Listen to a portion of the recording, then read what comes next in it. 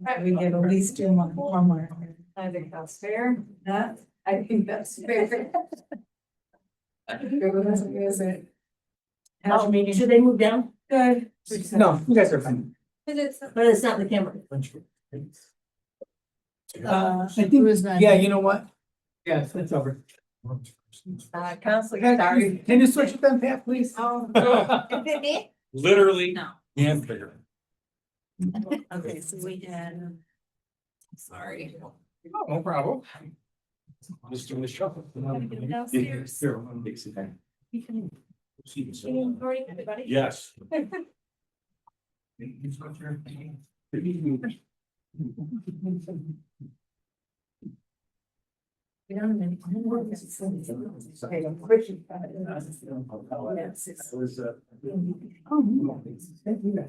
Oh. Where's the? So we.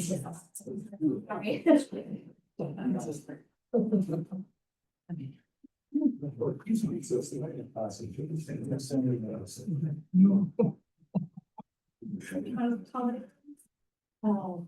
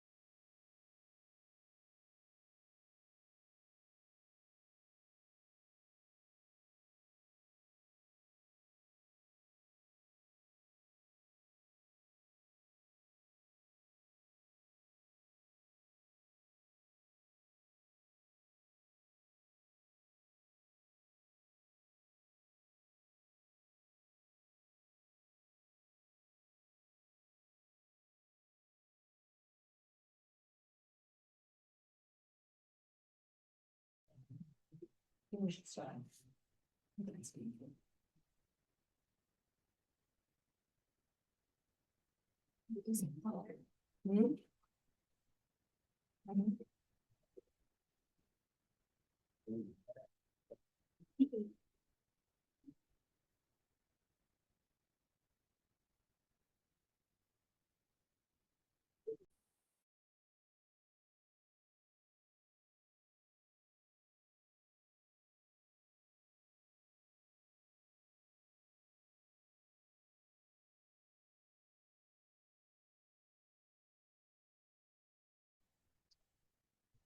All right, so I move that we reconvene the December 19th meeting of the Zoning Board of Appeals.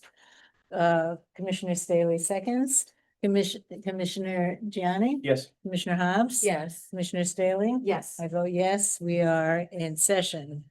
Are there any continuances or withdrawal requests? We haven't received any, double checking. Okay, if not, we're gonna proceed to the public hearings. Please know that any motion to approve an application will be tied to the recommendations of the Department of Planning and any conditions imposed by the board, if applicable, unless otherwise indicated and approved by an affirmative vote of the ZBA commissioners. I also want to note that we are going to continue the change in procedures we tried out at our November meeting. We will take a vote at the end of the hearing of each applicant's case or cases unless a board member requests deliberations, in which case we will take the matter under advisement. I want to acknowledge that Commissioner Soto. Old habits die hard, sorry. Commissioner Soto has joined us. Thank you. Victor, you want to call the case? Yeah, we're gonna go briefly out of order. Case number 53525S and 53625S. 6945 West Archer on page 10 and 11. And then there's two recommendations. Okay.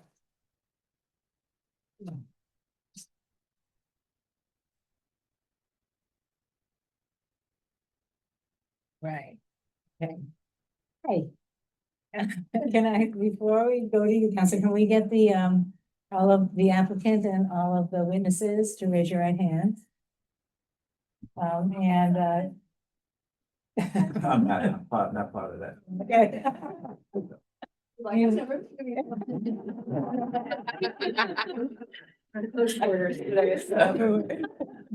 Do you swear that, yeah, anything you say at this hearing will be true and will be true?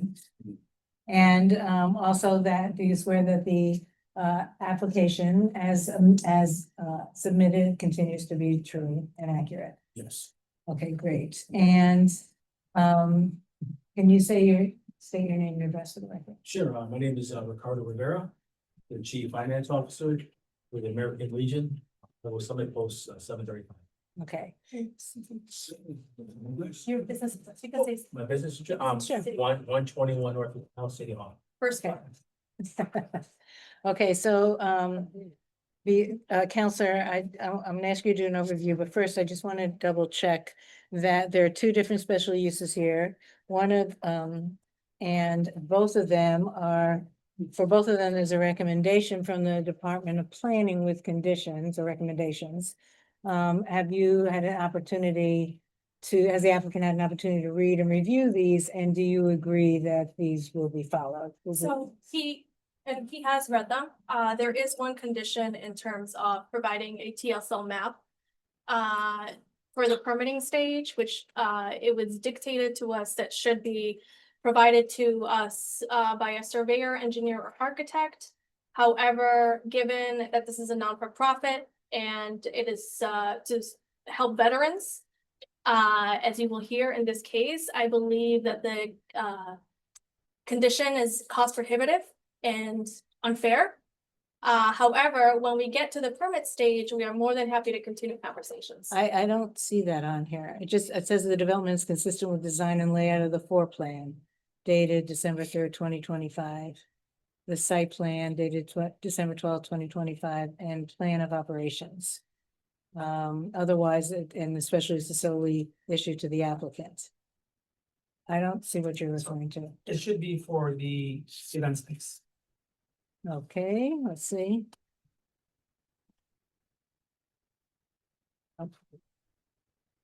I don't see that there either. No, I This was conversations. Here, with, look at this and see if there's. Yeah, we're asked to use it here. Looks like she has. Yeah, it's not the conversation, it's what's in writing. It's the same one, right? No. Huh? Oh, it's the same one? Okay. I just gave, yeah.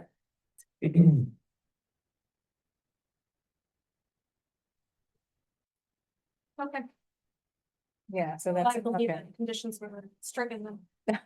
Okay, so I'm glad you got to read the ones that we're actually doing. Yeah. Okay, okay, and these are okay. Okay, then they'll be part of the record. Do you have an overview or any? just Yes. Quick, over- Yes. brief. Yes. Miss Chairman and members of the board, my name is Jimena Castro. I'm a partner at Acosta Esker. I'm here today with the applicant, Chief Financial Officer, Officer Rick. On behalf of Argo Summit, Post 735, the American Legion, Department of Illinois. We're seeking two special uses today. The first one is to continue an existing private club use for the veterans at this subject site. And the second one is to establish and allow small event venue space use. The private club for the American Legion has no more than 10 members present at any one time. It meets once a month on Tuesdays from 3 to 9. And the property is closed all other times that it's not meeting with the members. Currently, we're filing, as I shared, the private club special use. No event use will be allowed during the private club meetings. No private club meetings will be allowed during the event use. The operating hours for the private club and the event use will not overlap. And there are two existing parking spaces that will remain. No additional parking will be added. And no additions to the building are proposed. Just briefly, the American Legion, specifically this chapter, is a well-known local organization that assists veterans as they transition into civilian life, helps veterans file and seek government benefits, and is a resource for veteran families. Now moving on to the event space special use. The event space special use will help offset the costs because the building is closed all other days except for once a month. So it will help, to pay for the building, so we're not taking money from the non-for-profit that goes directly into veterans. We are expecting approximately 30 people per event. No private club meetings will be allowed during the event use. No event use will be allowed in the private club meetings. The operating hours for the private club and the event use will not overlap. No other event use will be allowed during the event use. No alcohol sales will be permitted. No public advertisement of the event will be permitted. And there will be one staff monitor to help with takedown and setup and all of that. And again, the two existing parking spaces will remain. No additional parking space will be added. And in terms, I was asked to say on the record that the occupancy for this site for the use is 63 people. And because we are a transit served location to the bus stop that is literally across the street, we are going to be reducing the parking requirement from 6 spaces to 2. Okay, any questions? We have the recommendation of the Alderman Quinn as well. Just the application says there's 3 existing spaces. Yes, we had between talking with DPD, we reduced it to 2. Yes. All right, in that case, I move that we approve these matters, these two special uses. And make a motion to do so, and motion is seconded by Commissioner Soto. Commissioner Gianni, Yes. Commissioner Hobbs, Yes. Commissioner Staley. Yes. Commissioner Soto. Yes. I vote yes, the matter is approved. Thank you. Happy holidays. Yeah. You're good. Thank you. Going back to the regular order, case 531, 25Z, 532, 25Z, 533, 25Z, 348 West 30th Street.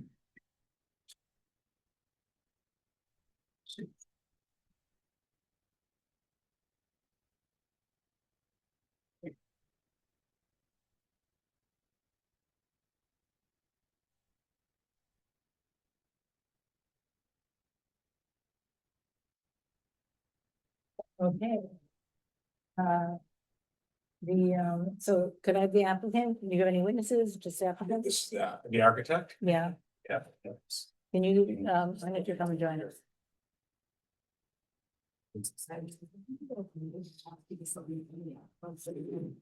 Okay, so can I have the applicant and the witness, the architect, raise your right hand. Do you swear that your testimony before you here today will be true and correct?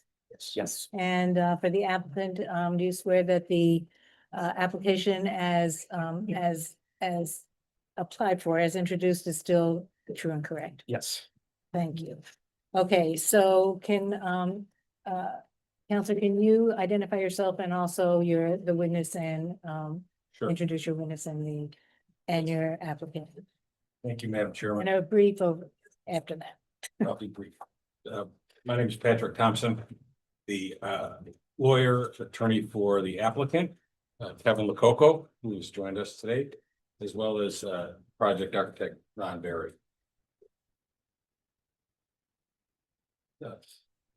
Good afternoon, members of the zoning board. The applicant is the owner of property at 348 West 30th Street, an existing one-story single-family home. The applicant seeks to expand his home by constructing a second floor addition to create more space for his expanding family. The applicant and his wife now have 2 children. They're both Chicago Public School teachers in a nearby school. It's their desire to raise their family here, their home, but they've run out of space. The existing home was built in the early 1900s, well before the zoning code was adopted. Since it was constructed prior to the zoning code, there are many features that are deemed to be legal non-conforming, including the front setback and the side setbacks. In addition, the lot is not a standard lot because it is only 105 feet deep, which impacts the rear setback and the open space requirements. Furthermore, the existing home is a vaulted ceiling in the living room. The applicant proposes to keep that feature for both aesthetics and from a cost saving standpoint, so they don't have to renovate the first floor. Therefore, the height of the addition will be 1.33 feet higher than allowed under the code. The second floor addition will be equal in size to the existing first floor. There'll be 3 bedrooms, allowing the children to be on the same floor as the parents. In order to complete these improvements, the applicant seeks variations to reduce the front setback from 15.6 feet to 9.8 feet. The rear setback to be reduced from 29.58 feet to 0.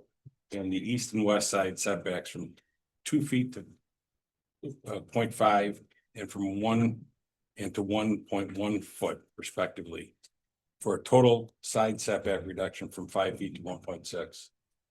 In addition, the minimum rear yard open space will be reduced to 0 to accommodate improvements to the backyard, including an above ground pool and a wooden patio. And then finally, we're also seeking variation for the height. I have Ron Berry again as the architect.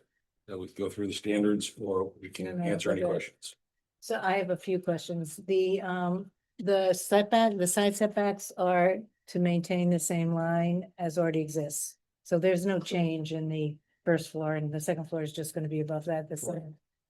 That was one, but, and the other is, it looks like the pool's already there, or was that drawn in? No, the pool is existing. Yeah. So we're not, it looked like it was part of this application. That's No. just the way it's written, that was. The pool, So this- sorry, Go ahead. the pool itself is not part of the application. Our client Kevin and family purchased the property with the pool there already. Mhm.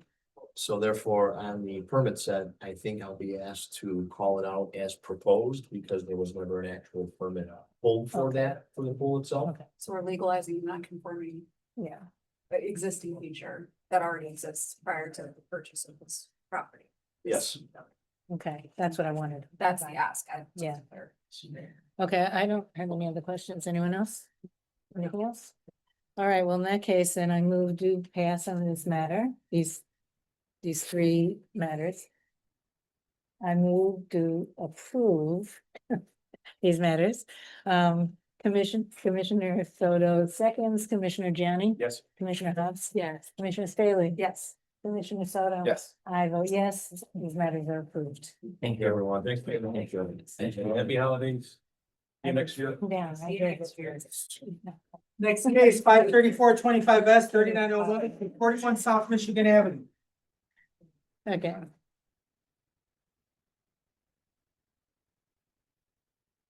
No comments.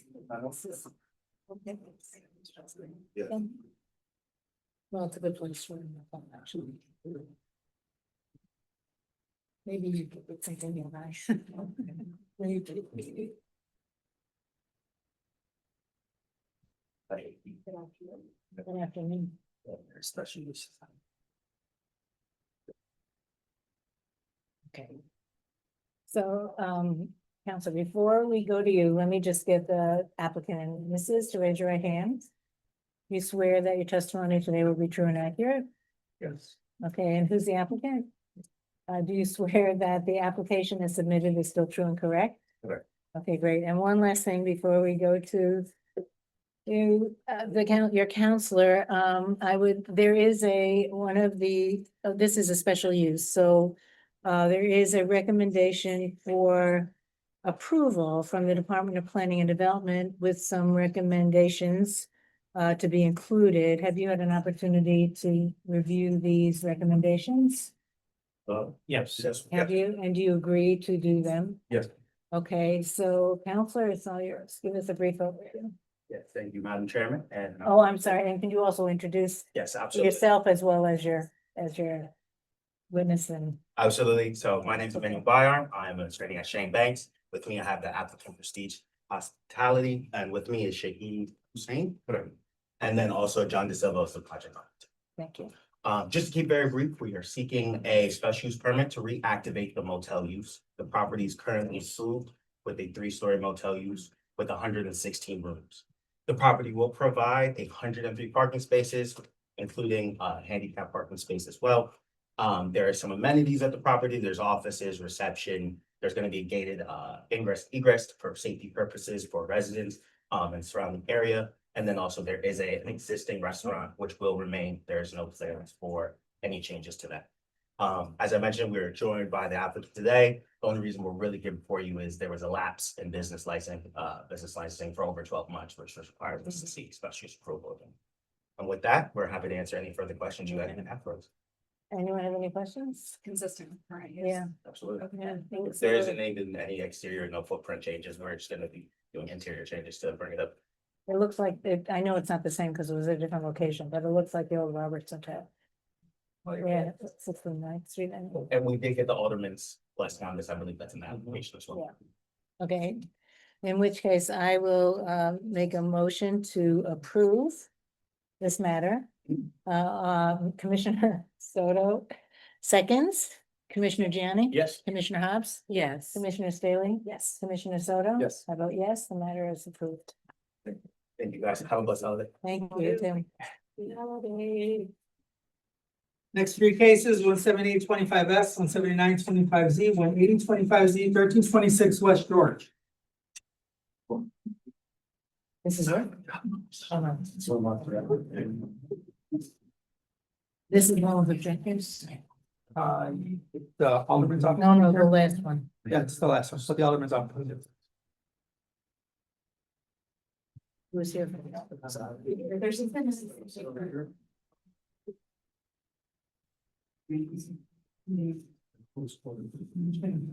Right there. Who's here from the office? Paul Sedgwick. Okay, don't worry.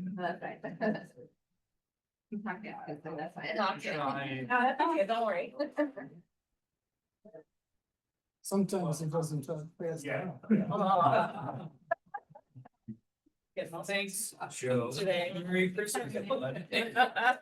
Look, it's the last one of the year, and you're almost the last days to. I know. Going out with a bang, right? Okay, you all situated? Yes. Okay, so can I have all the witnesses in the applicant raise your right hand? Do you swear that your testimony today will be true and correct? Yes. Okay, is there a special use here? Yes. Who's the applicant? Can you raise your right hand? Do you swear that the application is submitted? Oh, no, I'm sorry, this is it. Yeah, this is the applicant. You swear that the application is submitted, so true and correct? Yes. Okay, and just so I get it done, because I forgot once earlier. On the special use, have you had an opportunity to read the Department of Planning's recommendations and recommendation for approval, but also their suggested requirements? And are you all right with all of them? Do you agree? Huh? Not entirely. You're not? Right. Okay, so maybe we should start there? Let me, Okay. yeah, if I could maybe get into it. Okay, good. So again, for the record, Nick Thickus from the law office of Stan Banks. I'm here on behalf of the applicant and property owner, 1326 West George LLC. The witnesses that we have sworn in are Robert Dickman, who is the managing member of the LLC, Bill Kokelius, our project architect, Joe Ryan, who's our MAI appraiser. We also have Michael Middickman and Dan Tucker, who are also members of the ownership team. If there are any questions about operations and existing conditions, they're here to help answer those questions. As I stated, 1326 West George LLC owns the subject property at 1326 West George. As you can see from the survey or even the aerial, the subject lot is six-sided. It's irregularly shaped and it lacks typical alley access at the rear. The western portion of the lot, actually the place of the public alley, is improved with a 100-year-old three-story, four-unit residential building. The front of the eastern portion of the lot is improved with three surface parking spaces, and the remainder of the site is vacant, just beyond the vehicles in the picture on the screen right now. The applicant purchased the subject property in 2021 with all of these conditions in place. The applicant is now proposing to construct a three-story addition to the existing multi-unit building. The addition will utilize part of the vacant land on the east half of the lot and provide each residential unit with a new primary bedroom. Based on the irregular lot shape and the existing non-conforming building footprint, the project requires a variation to reduce the rear setback by approximately 5 inches. This is also a transit-served location. So in order for us to keep the 3 existing parking spaces at the front of the lot, the applicant is being required to obtain a variation to technically increase the parking ratio from 2 spaces by 50% to 3 spaces or 75%. I say technically because the relief would allow us to keep the existing dwelling unit to parking unit ratio and not increase it. There are 3 spaces at the property today. They've been there for at least the last 20 years. We believe a lot longer, and we're trying to keep those 3 spaces to serve the building. And lastly, because the subject property is located in a B3-2 district, special use is required for the expansion of residential uses below the building, the addition's 2nd floor.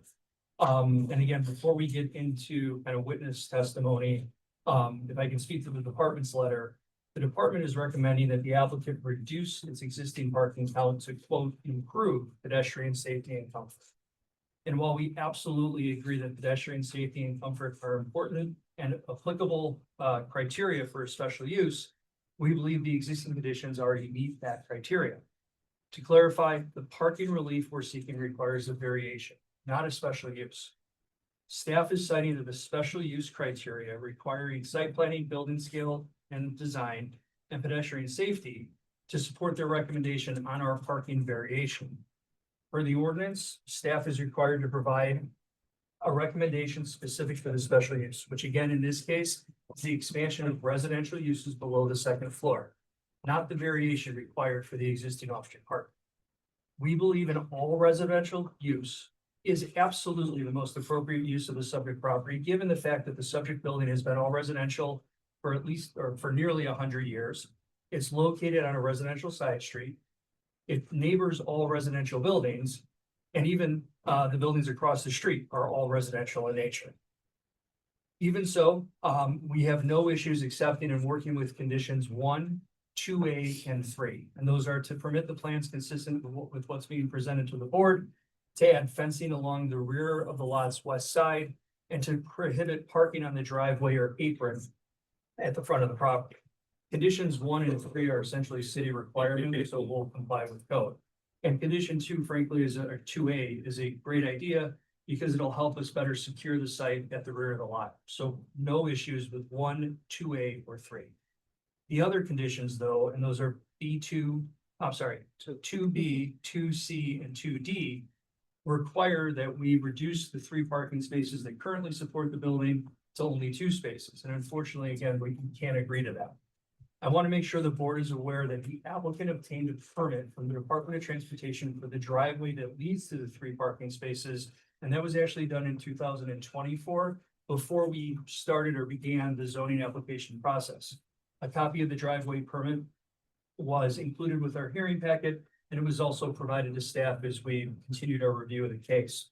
Now, per the municipal code, the commissioner of CDOT has vested authority over driveway permits and the public way, and is responsible for transportation planning to improve safety, access, and mobility for all users, including pedestrians.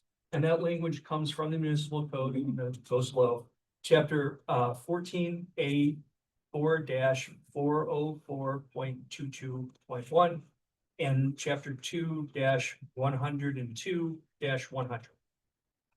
The fact that CDOT issued a permit for the existing driveway that serves the that leads to the 3 parking spaces establishes safe and compliant conditions of the property. It also reinforces the point that we're not asking the board to let us have something new or extra. Instead, we're asking the board to let us continue to use a permitted driveway and the 3 parking spaces that have served the building, again, for decades. Our position is that the department is effectively imposing requirements beyond those contemplated by the special use criteria. The applicable standard for pedestrian safety provides that the use be, quote, designated to promote pedestrian safety and comfort. The word improve, which is expressly used in the department's letter, is not included in the special use criteria. The department's attempt to impose a special use condition on the applicant to, quote, improve pedestrian safety and comfort exceeds the codified approval criteria. And frankly, it's an overreach, and even more so in this case, because it's being applied to a parking variation and not a special use. And while there is absolutely no requirement, or there could be no requirement in the special use criteria to eliminate all real or perceived pedestrian conflicts, we believe the applicant actually improved pedestrian safety and comfort by confirming code compliance and obtaining a permit from CDOT, the correct government body that oversees driveway permits that serves the property. Frankly, CDOT can't issue a permit for an unsafe condition. In this case, they issued a permit. Our position again is quite simple. The special use for residential uses below the 2nd floor of the proposed addition has been designed to promote pedestrian safety and comfort because it preserves the same safe and comfortable and permitted existing conditions at the site.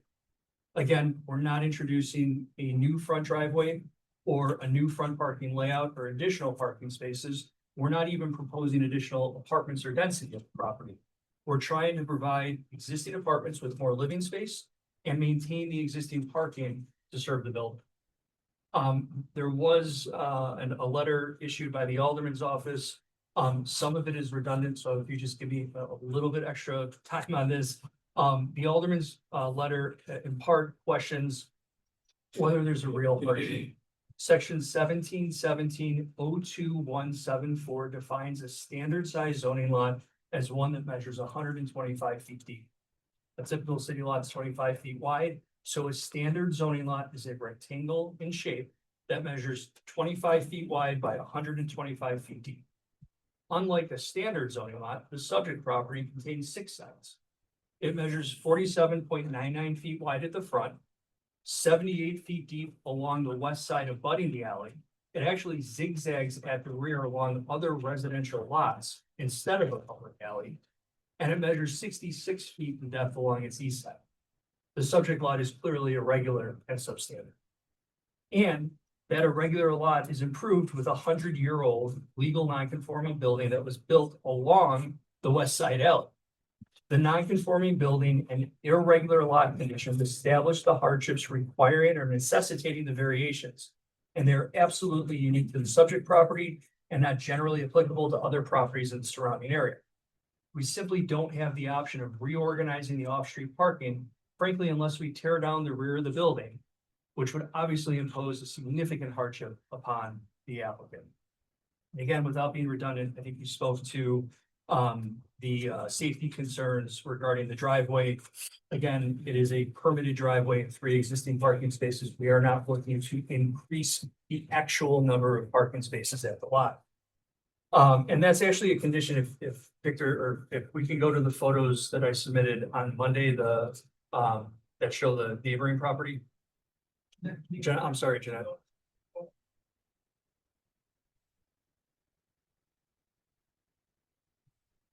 They were submitted on Monday of this week. It shows the neighbor to the east. The building in the middle is on the other. On the, at the back that's one of of the our other neighbors. street. Yeah, that's one Behind of our her. neighbors. Is there an alley between there? Nope, no, The only alley is to the left over there. it's to the left of the brownstone. I think they had a different picture. Yeah, Yeah, he's in the, I'm on.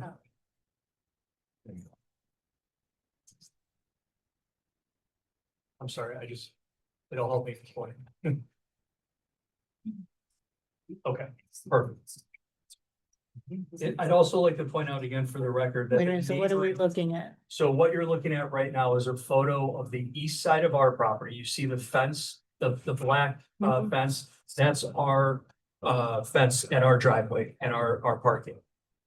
What we're looking at is the building immediately east of us that is in a similar condition. It does not have rear alley access, and it has two garage doors that are used to access parking from George Street.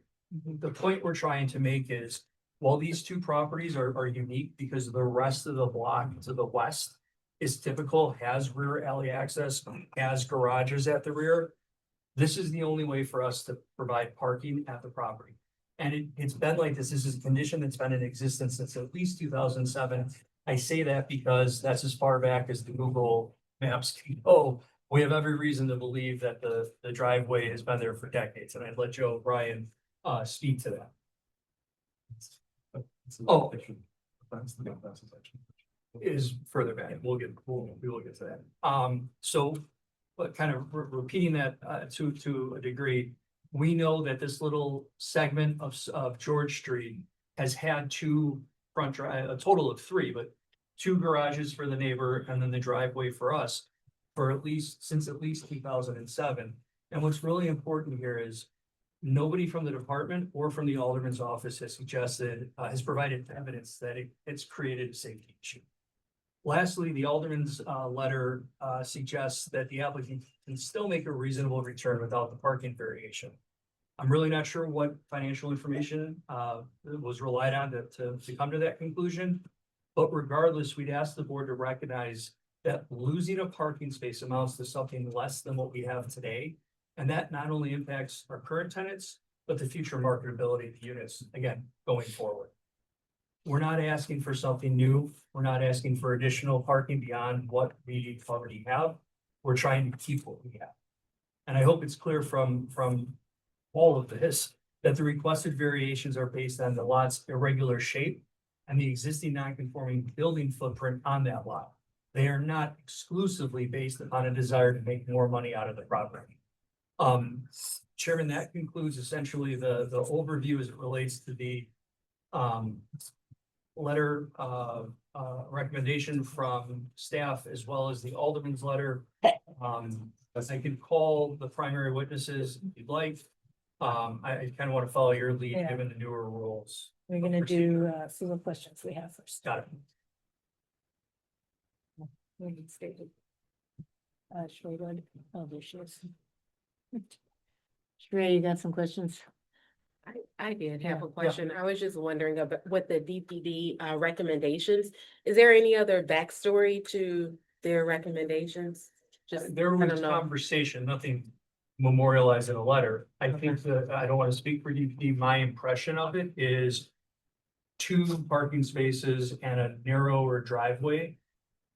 The conclusion offered is that that's a safe condition. We're saying not necessarily, because CDOT has already issued a permit for the driveway as it exists, and that serves the three existing parking spaces on the property. I also think it's a great point, because if two's okay, why isn't three? And if three's okay, why is, where is it codified that there's a break? Where does that become dangerous and not? And It's transit served, right? So like. It is that's a the other- transit served. The That's other the other thing- piece of this, it's like you are technically entitled to. well, I think that's another part of the argument that our denial letter was written as increasing the parking. We're not increasing the parking. If we were building this new, we wouldn't be here for those variations. If we were building this new and it was a vacant piece of property, we would have access at the rear of the lot to get parking spaces. We wouldn't have a front driveway. I stated that we don't have, unfortunately, we don't have that option. The issue is the way the building sits on the lot. If we can go back to the site plan, we don't have enough maneuverability behind the building to provide legal access for three cars. If we were building brand new, and we'd probably do 4 units and we'd have 2 parking spaces, that would be our requirement. We'd have to come to the board to ask for more. And I don't know if we necessarily would get too much pushback if it wasn't coming off the front. This is an existing non-conforming condition.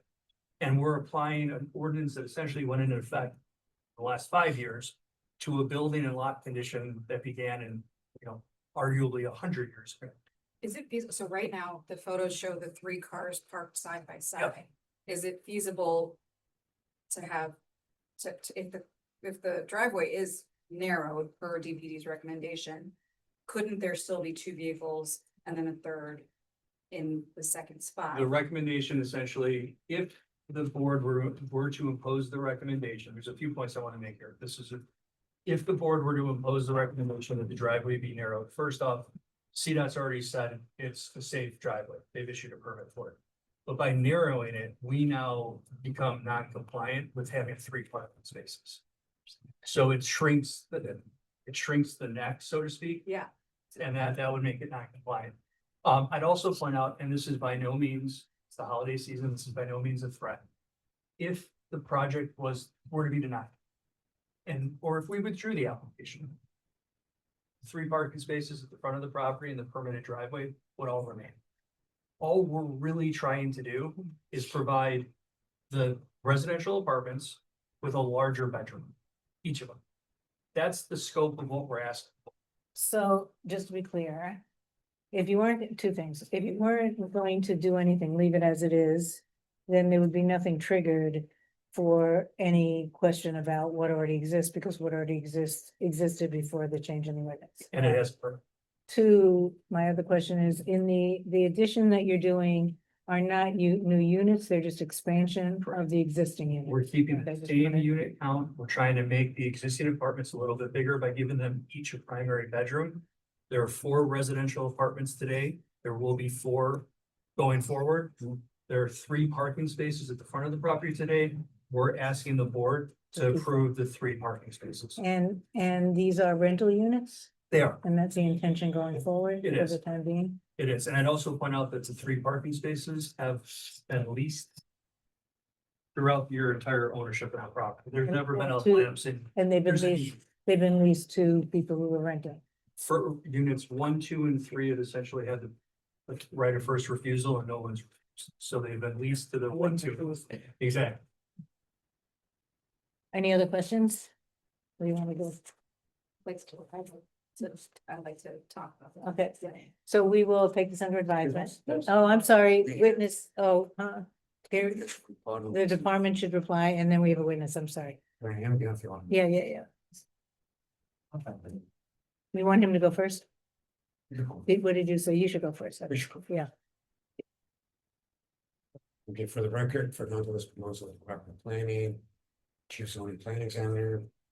We do acknowledge the driveway permit was issued November 2024. That was for an existing condition, for an existing building without any changes. Moving forward, February 2025, special use application came in for an expansion to that building. So the expansion, so it was found the proposed expansion of previously grandfathered development. As such, the development must comply with special use criteria. The proposal does not comply with 2 of the 5 special use criteria. Unless it is unchanged per DPT's recommendations as per our condition. The special use application as proposed does not comply with section 17.13.0905A 2. Because it is not in the interest of the public convenience, can will have a significant adverse impact on the general welfare of the neighborhood or the community. The proposal to include 3 parking spaces in the existing driveway along George Street. Existing driveway is insufficiently wide to accommodate safe egress from the parking spaces. This has a significant adverse impact on the general welfare of the neighborhood due to the westernmost parking space carried insufficient space to clearly maneuver onto the street. If you go back to the images. Right there. Yeah, perfect. Just gonna point this out. There's a series of pavers that were applied adjacent to the existing drive. So we'll move that out of the way. So I think you just made it much worse.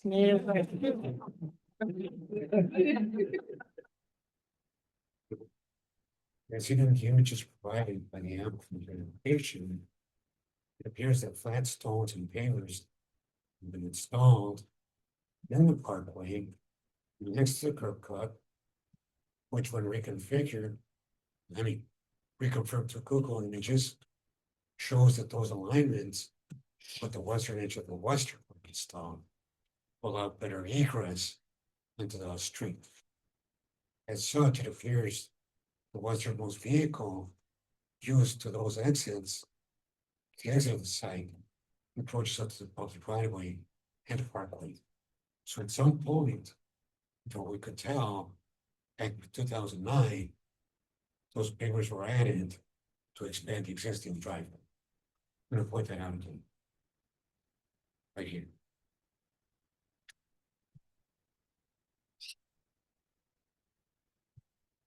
Additionally, special use application does not comply with section 17.0905A.5, as it is not designed to promote pedestrian safety or comfort. First, the location of the easternmost parking space was a pedestrian safety issue due to blocked sight lines. In other words, that car on the eastern edge is tucked away and is not visible because it's behind and hidden with an existing building.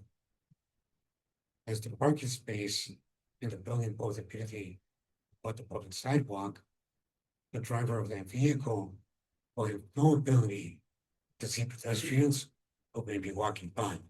Remember, as the images show,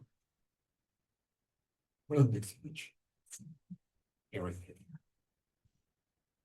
So this parking spot here, as individuals walk in front of this building, this individual will not be able to react fast enough as they think of.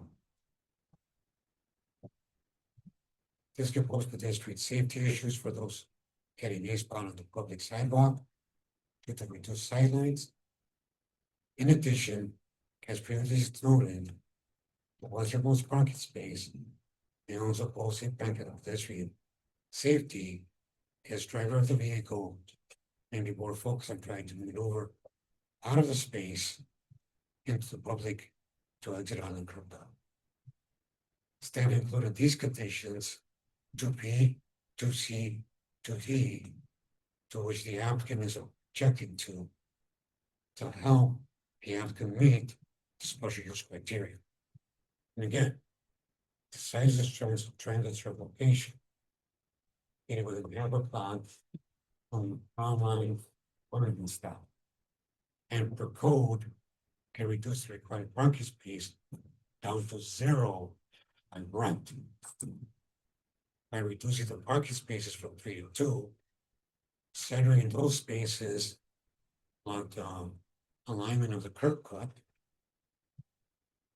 driveway, they can provide increased clear sight lines for both on-site parking, create safe access through from the street without having to approach into the public right of way. Staff further suggest adding landscaping on the western edge with the west to discourage any potential unpermitted third vehicular space. The ZBA supports DPT's recommendation to reduce the parking from 3 to 2 spaces. So we're here to answer any questions or they have. You. Sure. Can we, can, Respond to, just to respond to his comments and then we can go to the Alderman. sure. Okay, so. What I think is really important about a lot of what Fernando just said is he's admittedly, he applied the special use standards to the variation. He said interest of public convenience, significant impact on general welfare, pedestrian, those are the special use standards. The relief sought for a parking increase is a variation. The variation is based on a lot hardship. without being entirely redundant, we have an irregularly shaped lot with a non-conforming principal building. We don't have access to a rear alley. Those are the practical hardships necessitating relief. Regarding the 2009 pavers, that information is new to me. However, it appears to be more of a maintenance issue. And even if it was an issue, if it was an unfound or unidentified issue, in 2024, CDOT issued a driveway permit for those conditions. So even if they didn't get the right permit, and this is pre-ownership, my client purchased the property in 2021. If the owner in 2009, I believe Fernando said, installed pavers without a permit, we cleaned it up already by getting a permit from CDOT, from getting a driveway permit from CDOT last year. Were those conditions, the paver conditions reflected in the CDOT plans? They were, the existing conditions were reflected, and Mr. Kokelius's office actually applied for the CDOT driveway permit. In anticipation of this issue, we wanted to know what was legal and what wasn't, because if CDOT had said, look, we can't issue a permit for that, you could only have one, or you can't have any parking spaces. That would have changed the complexion, that would have changed the last 11 months of what we've been trying to accomplish. That didn't happen. They gave us a permit for those 3 spaces. And while I appreciate, again, the question, the Fernando mentioned that the driveway width is insufficient, not according to CDOT. Is there any response onto this, as to the safety question? It's a condition that's existed for, again, at least since the early 2000s. There's been no it's all speculative.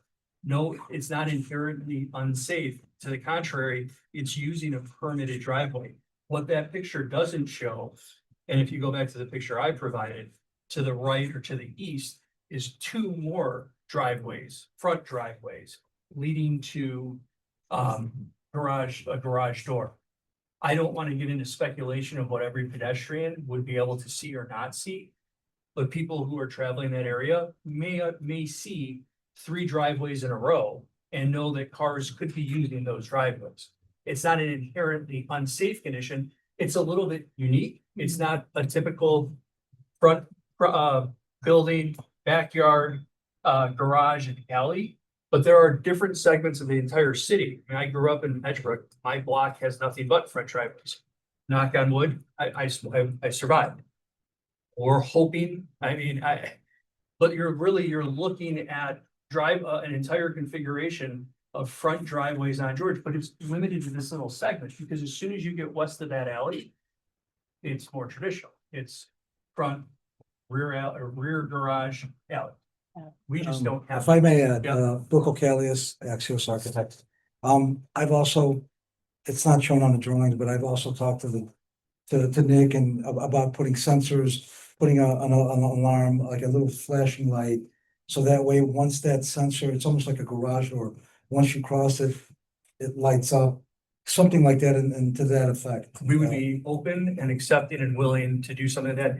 Typically, you see it when there's a garage door, but because we do have a gate, if that's something that the board wants to just better ensure safety for that, the 3rd parking space, we are 100% willing to incorporate a sensor And to also. alert people walking down. We could even put signage up. You're absolutely right. Well, and he said about pulling out of that east parking spot, pulling out of the garage would be much more difficult than pulling out of an open space. Okay. Okay, a couple of quick responses. First of all, the special use criteria is really for the expansion of the building. We're not talking about the grandfather condition. We're looking at the proposal in front of us. Second of all, the special use criteria, it's not for the variations. That's separate and part to the special use. Second point, all these that he pointed to, see like these are garage doors. You hear and see when a garage door opens and you're walking down the street. Versus someone just pulling out from behind a building, 2 separate conditions. One, there's a garage door, it opens, it makes noise, you have time to react. Otherwise, you have a condition where you're backing up blindly if the driver has no understanding of pedestrian going back and forth. There's a lot of crosstalk going on. I'm whispering. I can't, I'm sorry. So basically, those are the two conditions that I wanted to point out. Yeah, Madam Chair, Nancy Raskovich, Assistant Commissioner from the Bureau of Zoning. I just wanted to support everything that Amanda has said and just reiterate that we're not commenting on the variations. It is not uncommon when we have Speak up a little. from trying, sorry, it's not uncommon when we have variations or special use requests for uses that have previously been grandfathered. The most common example are gas stations, where we will review the site plan and we will make recommendations based on the special use criteria to ensure that they promote congestion, safety, and comfort. That could be eliminating curb cuts. It could be the conflict with bus stops on the street. It could be adding sidewalks. There's a lot of things that come into play. So once it falls into the purview of the special use criteria, we are reviewing the project, not necessarily the variations under the guise of the special use criteria. Okay, so Wanted to this is raise- what's confusing me. There's two variations and one special use. They're each specifically different. The special use request is solely to be able to make an addition to a building that has been in existence for a long time with retail on the ground floor, to be able to allow for the expansion without the retail on the ground floor. That's what she said. What? To replace it. Yeah. So I don't understand, Yes. I don't understand why there are two variations. One of which deals with parking. I don't understand why we're dealing with the parking issue under special use. What we're dealing with on the special use criteria. And that's what I was alluding to at the gas stations. We do this with drive-throughs as well. Yeah, but they are special uses. Yes, they are. So if someone has an existing gas station and they come in and expand that gas station, that entire No, project. no, I understand, but you're not answering my question and it's not really relevant. Answer this. If the special use has nothing to do with parking and it has nothing to do with the driveway, it has solely to do with having an apartment, a residential use instead of replacing retail use with a residential use. Tell me why this is now a relevant conversation to consider under the special use. Part of the special use criteria is to review the project. Project as a whole, it's the site plan, the development, and everything else and stuff.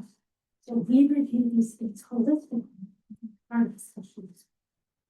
So as part of the review, once a grandfather use triggers enough expansion that requires a special use for that stuff. Okay, so we'll So evaluate that. Okay, I understand. I have one specific Yeah. question. So the fence that we were talking about, right? So the fence is, the vehicles are parked behind the fence, right? Correct. Fence, it's, I apologize. Let me just. Fence is, it's at Stop. 2007. Wait a minute, this isn't on the record. Hold on, I put it off the record. Okay, hold on, just stop.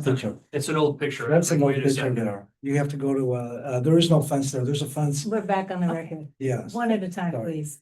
Further back, the fence is right here. correct. So the fence is where, It is There. correct. There you go. there it is. If that's the existing condition, okay. that's what's there today. And what It's in front of the cars. is in Yes. front of the cars. Got it. Correct. So then the sensor is where I'm a bit confused about. So the potential option to include a sensor when that furthest vehicle is pulling out. What, could you explain sort of the, I was thinking like something in the ground, where there's green space right at the property line. Where if something, yeah, exactly, thank you. You can't really see it there, but something even on that wrought iron fence that has an eye that if something crosses it, a light goes on. Like in the parking lot downtown, you're talking about? Yeah, exactly. A motion sensor. A motion sensor, yeah, there you go. Can I answer one more question? One of the things when we go back and forth on the special use and variation criteria that I just want to ask the board to consider. We're not suggesting this either, but if we had permitted, if we had proposed a 1, 2, or 3-story retail addition to our building, that would have been permitted as of right. We wouldn't have had the special use for residential parking. We wouldn't have had a rear setback reduction because the rear setback only applies to residential floors. And if we were doing a retail building, we wouldn't have special use. Even if we needed a variation, your board would not have received a letter of recommendation from the Department of Planning. You would have presumably said, if it's approved, it's got to comply with code. So that's something else I'd ask. The aldermen or neighbors can certainly weigh in on the project, but DPD's role comes in on a special use. And for with the last time, hopefully I have to say it, the parking increase, keeping 3 parking spaces is a variation and not a special use.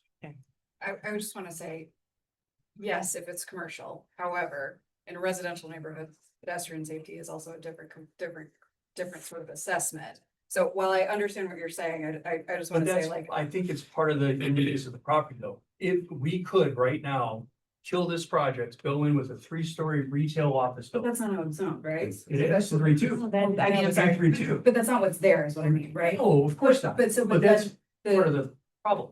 right, I do understand what you're saying, I do think it's a different sort of assessment of pedestrian safety when you're considering a commercial use versus a residential use, is my point. But a special use wouldn't be required in the. I understand your argument, I do understand. Got it. All right, we're gonna go to the Yeah. Alderman's office. Please say your name for the record. Yes, Paul Sadvik, Chief of Staff, 32nd Ward. Thank you all for being here today. So the proposed 3-story addition combined with the request to add a 3rd off-street parking space would, if granted, endanger pedestrian safety.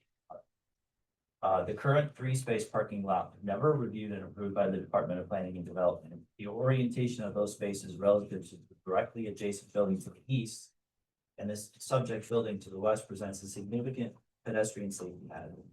Sightlines between drivers attempting to navigate into and out of these spaces and pedestrians on a sidewalk are completely obstructed to the east and largely obstructed to the west. This presents a significant pedestrian safety hazard as pedestrians will have no advance warning of vehicles pulling out of these spaces and onto the sidewalk. This concern is obviously heightened for children and hearing impaired pedestrians. Considering the severity of these concerns, the recommendation could be for 0 off-street parking spaces because this is a transit served location. Our opinion is that DPD's recommendation is a reasonable compromise under the circumstances to try to provide a little bit of more of a buffer to allow increased sightlines and pedestrian safety for 2 off-streat parking spaces. And we think it's a reasonable compromise that we would like to support. There's a couple other points that we would like to touch on. One is this issue of the driveway permit. We were contacted by a representative of the applicant in October requesting support for a reactivation of the driveway of recently. And we inquired with the Chicago Department of Transportation and found that they were completely unaware of any of the safety concerns that. Objection. There's nobody here from the Department of Wait a minute, Transportation. We can't talk about, I'm sorry, objection here. Okay. Carry on. Yeah, I'm just- And so it's our understanding that that renewal for the permit has not been issued despite the request in October of the applicant to garner our support for a renewal. So in our opinion, if we're gonna consider an approval in favor, we'd also have to consider denial of a renewal as also evidence that the Chicago Department of Transportation has actually looked at it and has realized that there are concerns. In the Alderman's office, you become quickly aware that a lot of these driveway permits are just pro forma, application comes in, it's existing condition, they issue something unless someone brings something to their, some kind of concern to their attention, and it's our opinion that that's the circumstance that we have before us. So I think it's a little bit of a more nuanced situation with respect to a driveway permit being issued by the Chicago Department of Transportation. It's in effect this gotcha situation where if one department does a administrative sign off on something that somehow the other concerns from other departments are somehow invalidated, we don't feel like that is a reasonable way to approach this situation whatsoever. I think the other thing we would stress is that the council has made several steps recently to reduce and in many cases eliminate off-street parking requirements. And if we're unable to take the benefit of that in a situation where there's a genuine safety concern, seems like kind of an odd situation and an odd way to apply those moves. I mean, the city council's been very, proactive and purposeful about its desire to reduce and or eliminate off-street parking requirements, and they've done so in the code. And so now they're coming in and saying, we want a discretionary approval for a third parking space.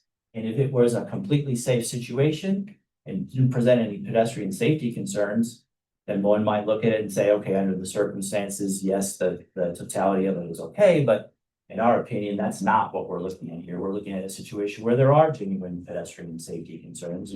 And therefore, because the city council has taken that proactive step to allow the reduction of off-street parking spaces, it just follows and makes complete sense that the Department of Planning and Development's recommendation is adhered to, and that there's an adjustment made to improve the pedestrian safety condition of the property. So that's essentially our position. We are concerned about the pedestrian safety issues involved, and we think the Department of Planning and Development's proposed compromise is reasonable under the circumstances. And hearing every single day in our office concerns from constituents about pedestrian safety and demands of things that our office do, working with the Chicago Department of Transportation and DPD to try and improve that. It just seems like a lost opportunity if we don't take advantage of that in this particular case. So I'm wondering if you have, since this has been a concern, if you have one of the concerns, if you have requested the accident information for this area to see if there have been accidents in the period of time that the parking has been in effect. Well, I mean, we have reviewed the accident information from the Chicago Department of Transportation in detail. For this We location. don't know that there is any particular evidence that there's an accident directly attributable to this circumstance. We have spoken with the Chicago Department of Transportation about the safety conditions of it, and they have not mentioned that there's been any specific incidents with respect to this particular problem. Okay, the other question I have is, when the ordinance was being considered, citywide ordinance with regards to parking, there was usually, when I was on the city council, if there was an ordinance that affected pre-existing conditions or existing benefits that people had as a result of whatever existed prior, that there was some kind of allowance for that going forward, that we didn't just take things from people. I don't think that we can actually legally just take things from people. So what was that discussed? Was there anything included in that ordinance that allowed for pre-existing situations? So I understand the point. I don't think there's any. It's a question, it's not a Right, point. okay, I don't think there's anything in the ordinance that goes after legally established pre-existing conditions. I'm not personally convinced that this is a legally established pre-existing condition of 3 off-street parking spaces. Off-street parking spaces to the front of a residential lot are not compliant with code. If they came in with this proposal now for a new building with this layout, it would not be approved. Right, we've so- gone through all that. I understand the different things. I'm just trying to, we're talking about something that exists and we're being asked to make a decision about it. So I'm just trying to explore all the circumstances. You made reference to the ordinance and to the concerns about safety, which are general and apply citywide and are a concern that everybody shares, but we're looking at a very specific location. So I'm just trying to figure out what those actual conditions are. Not what we assume, but what we know. So that was why I was asking those questions. I have two questions from one of my professionals and that I will waive closing, if that's okay. Bill, you are, three questions. You're a licensed architect in the state of Illinois. You've testified before this board. Yes, The 3 parking spaces that exist at the front of the subject property are code compliant in terms of width and length, yes, and they're accessed from a permitted driveway from Gray Street. Is that right? correct. Thank you. Thank Okay, you, Chair. anything I'm else? sorry, did I say George? I'm sorry, George Street, not Gray Street. Sorry. Would you have? Yeah, we will. Is any other questions you wanted? Okay, so we will take this under advisement and Jim, Sure. Thank you so much. thank you. Thank you, everyone. Last case, 235-25Z, 3246-48, North Central. Right, so you're gonna take things along. Sure. So, okay, that'll be here. So we can take a 5-minute break. Alright. Oh, I know. Yeah, just a couple. I agree, but then there were parts I couldn't. No, that's. Okay, motion to. Motion for a 5-minute recess. Commissioner Soto seconds, Commissioner Jean. Yes. Commissioner Hobbs. Yeah. Commissioner Saley. Yeah. I vote yes, 5-minute recess.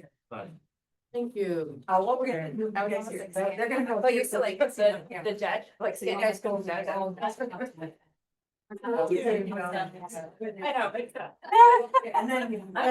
You're either on and I'm saying, oh. We all have our comments. It's.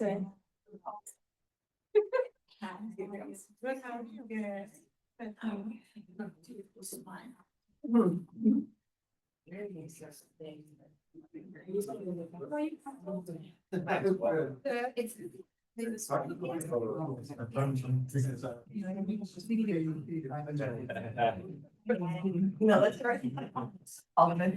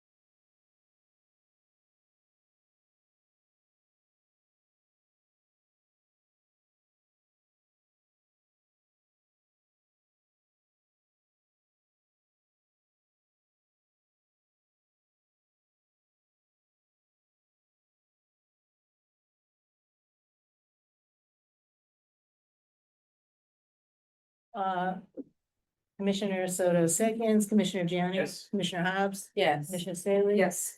Commissioner Soto. Yes. I vote yes, we are back in session. Okay, so this is 235-25Z, right?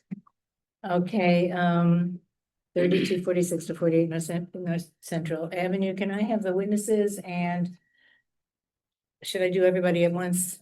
All of the witnesses, including the interested parties and the applicant, please raise your right hands. And Madam Chairman, however you choose to do this, I've got, in addition to the president of the corporation, I've also got Agnes Bartler. Well, I want everybody who is going to be potentially a witness. Understood. I'm just saying she also might be an interpreter if we run into some vocabulary problems. We'll do that second. Okay. Okay, so first, raise your right hand, witnesses and yeah, the Yeah. interpreter too, and I'll Yeah. actually will do a specific fine. one for you as well. Do you swear that the testimony provided today will be true and accurate? Yes. Okay, and then to the interpreter. So we're gonna have you give each of your names in the appropriate time, and we'll do it with the objectors after, when we get to that part.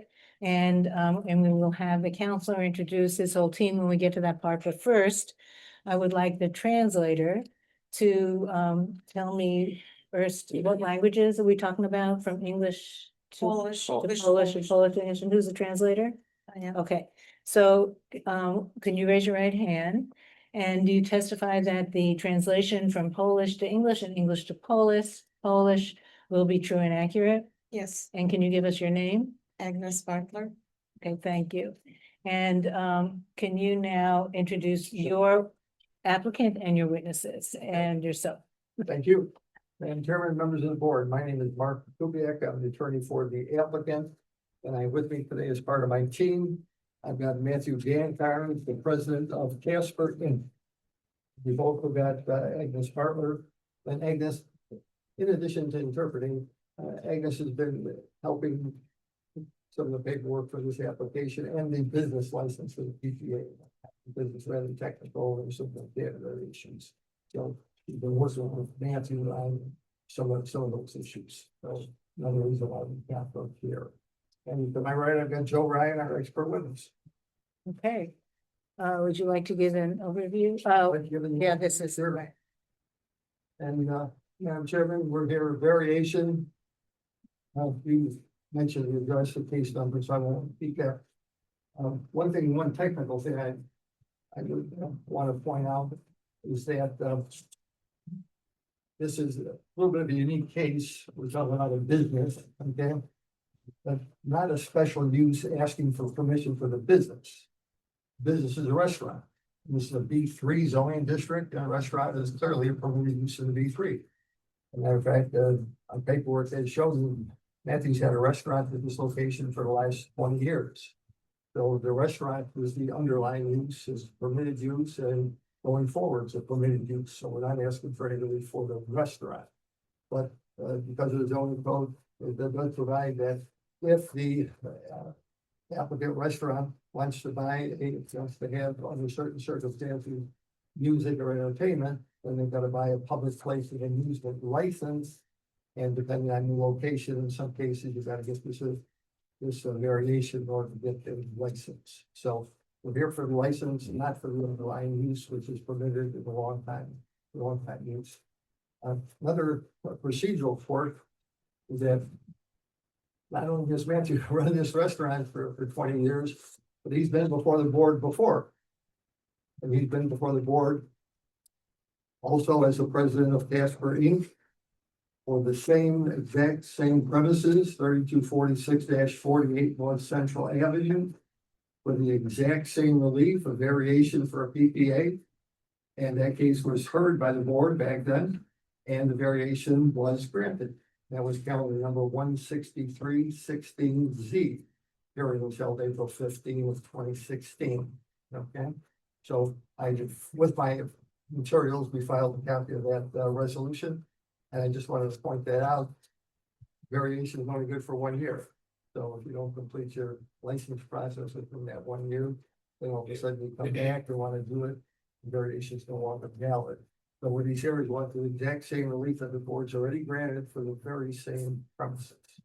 In that case.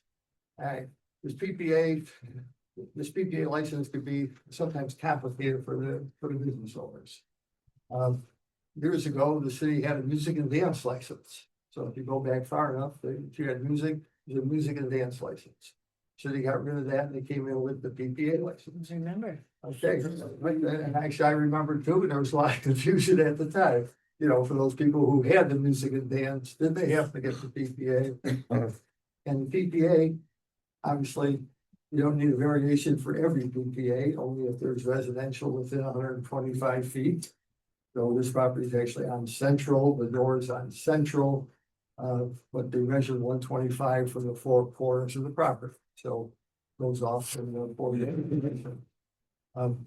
PPA license, in some circumstance, you don't need a PPA license if you've got a small location with under 100 person occupancy. If you're over 100, then you need the PPA. So, he needs the PPA, that's why he's here. He's had a bit of a sad story. He's operated this restaurant since 2004. And originally he had one building and one storefront, and that was at 3246. So he had a small restaurant to start, and he operated that for 10 years with a small restaurant with music.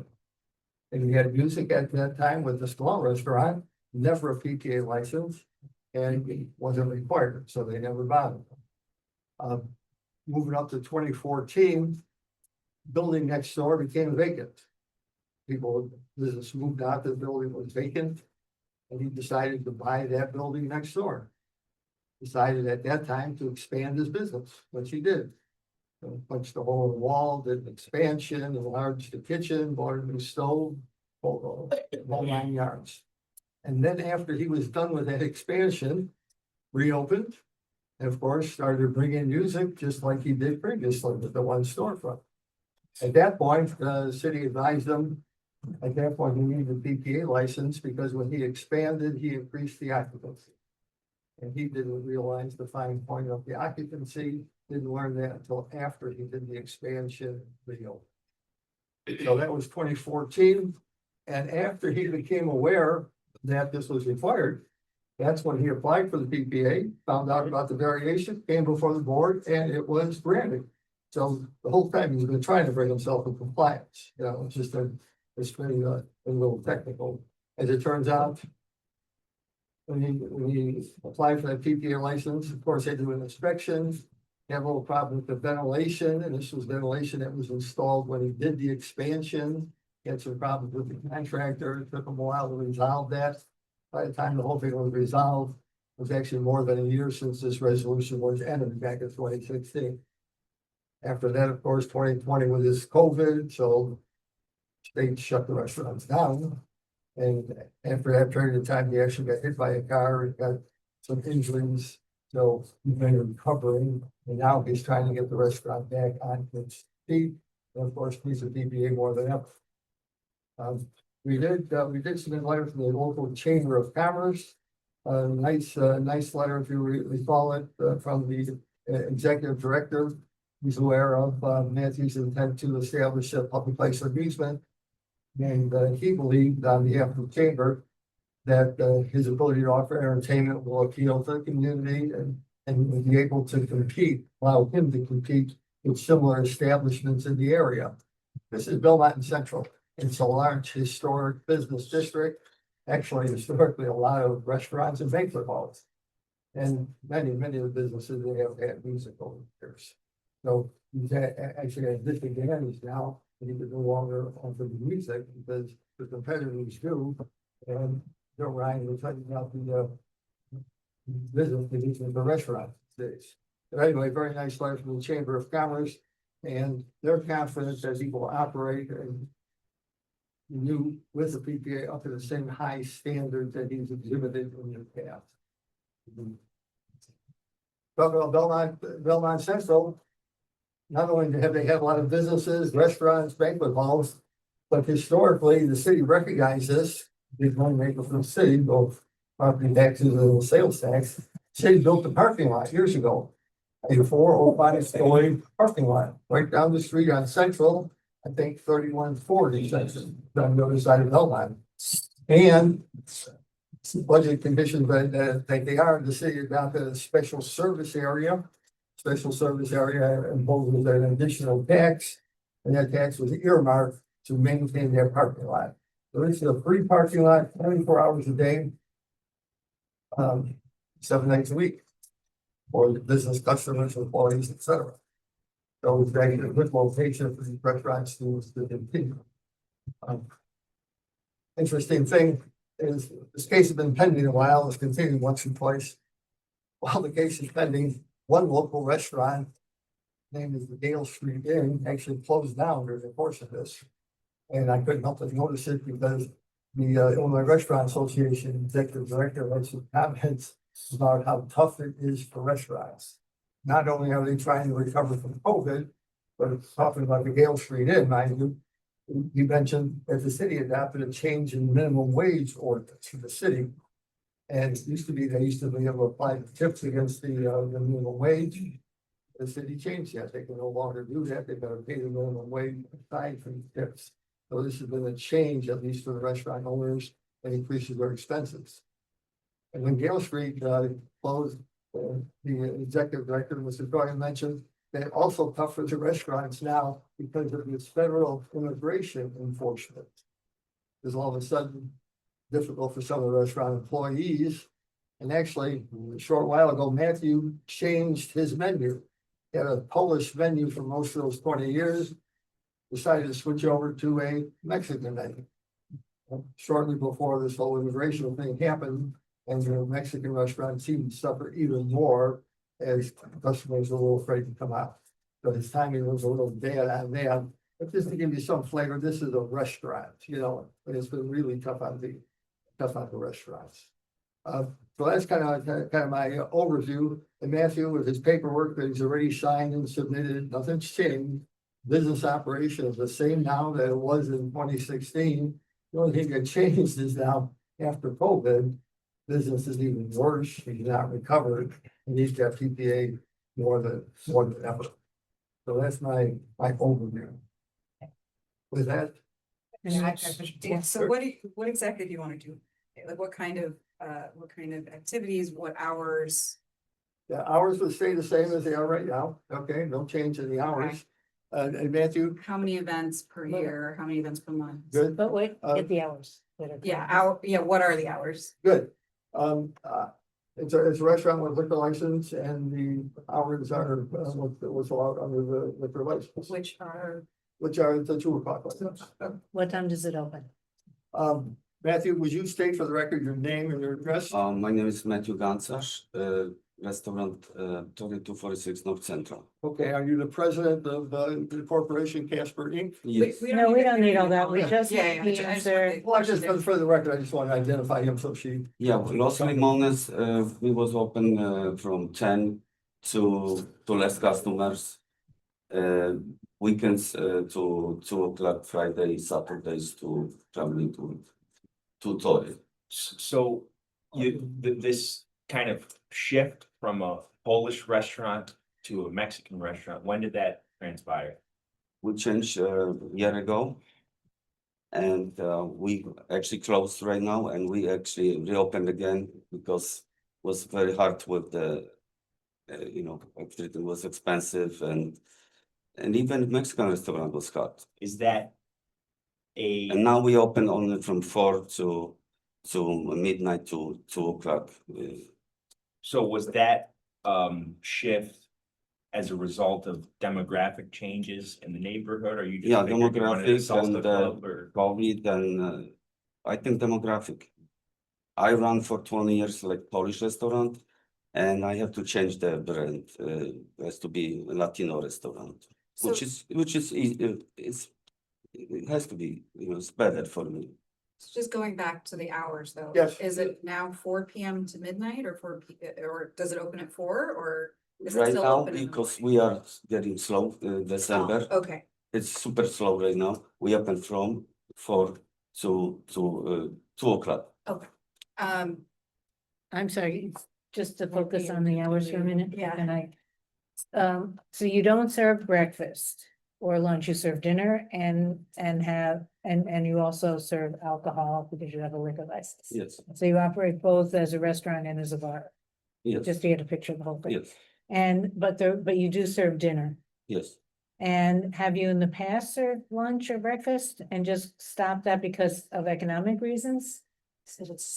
Yeah, just, Yeah, also economic reason, we reduced the hours. but did you used to have lunch also Yeah. served and, We used to be open from 10 in the morning. okay, got it. So Because if in we, front of us is a Metropolitan Family Service, that is like 60 people or 70 people works. We wanna open for them, but still there was hard, we couldn't, right, so you're open now from 4 o'clock in the afternoon for dinner and you stay open until the limits of the liquor license. yes, And if your business would improve, or if there were enough customers to come in other hours, you might open up for other meals as well as you did before. I just want to get the picture. that's the main goal to be successful in the business. I got it. Is Beretta Banquet wait. still open right there? Yes, they are open. Restaurant business guy here. So I'd just like to better understand the kinds of activities that you'd like to have under this public place of amusement license. What kind of Entertainment. entertainment, ticketed events, or, We, ones where you charge at the door? What kind of events are you looking to do? I think if we have like Sunday dinner or Saturday dinner, we need some kind of entertainment, like for example, La Costa, they have mariachis, they have no problem, hundreds of people comes there. We cannot have that. We need DJ, sometimes if we have private party, we need DJ. We cannot have that. So that's and we are, actually we expand, but this is a little bigger, nicer restaurant. We need have the PPA because it's everything expensive right now to operate. Okay, so under the PPA then, so for the music, what time would music stop? Even if the restaurant and the bar remain open, what time would the music go until the very last patrons are leaving, or is there a time that you would cut off music? It depends, like sometimes we would like to have like somebody play piano, or they can play from the 7 to 10 or to 11, and then we can have music like a DJ or play from the radio.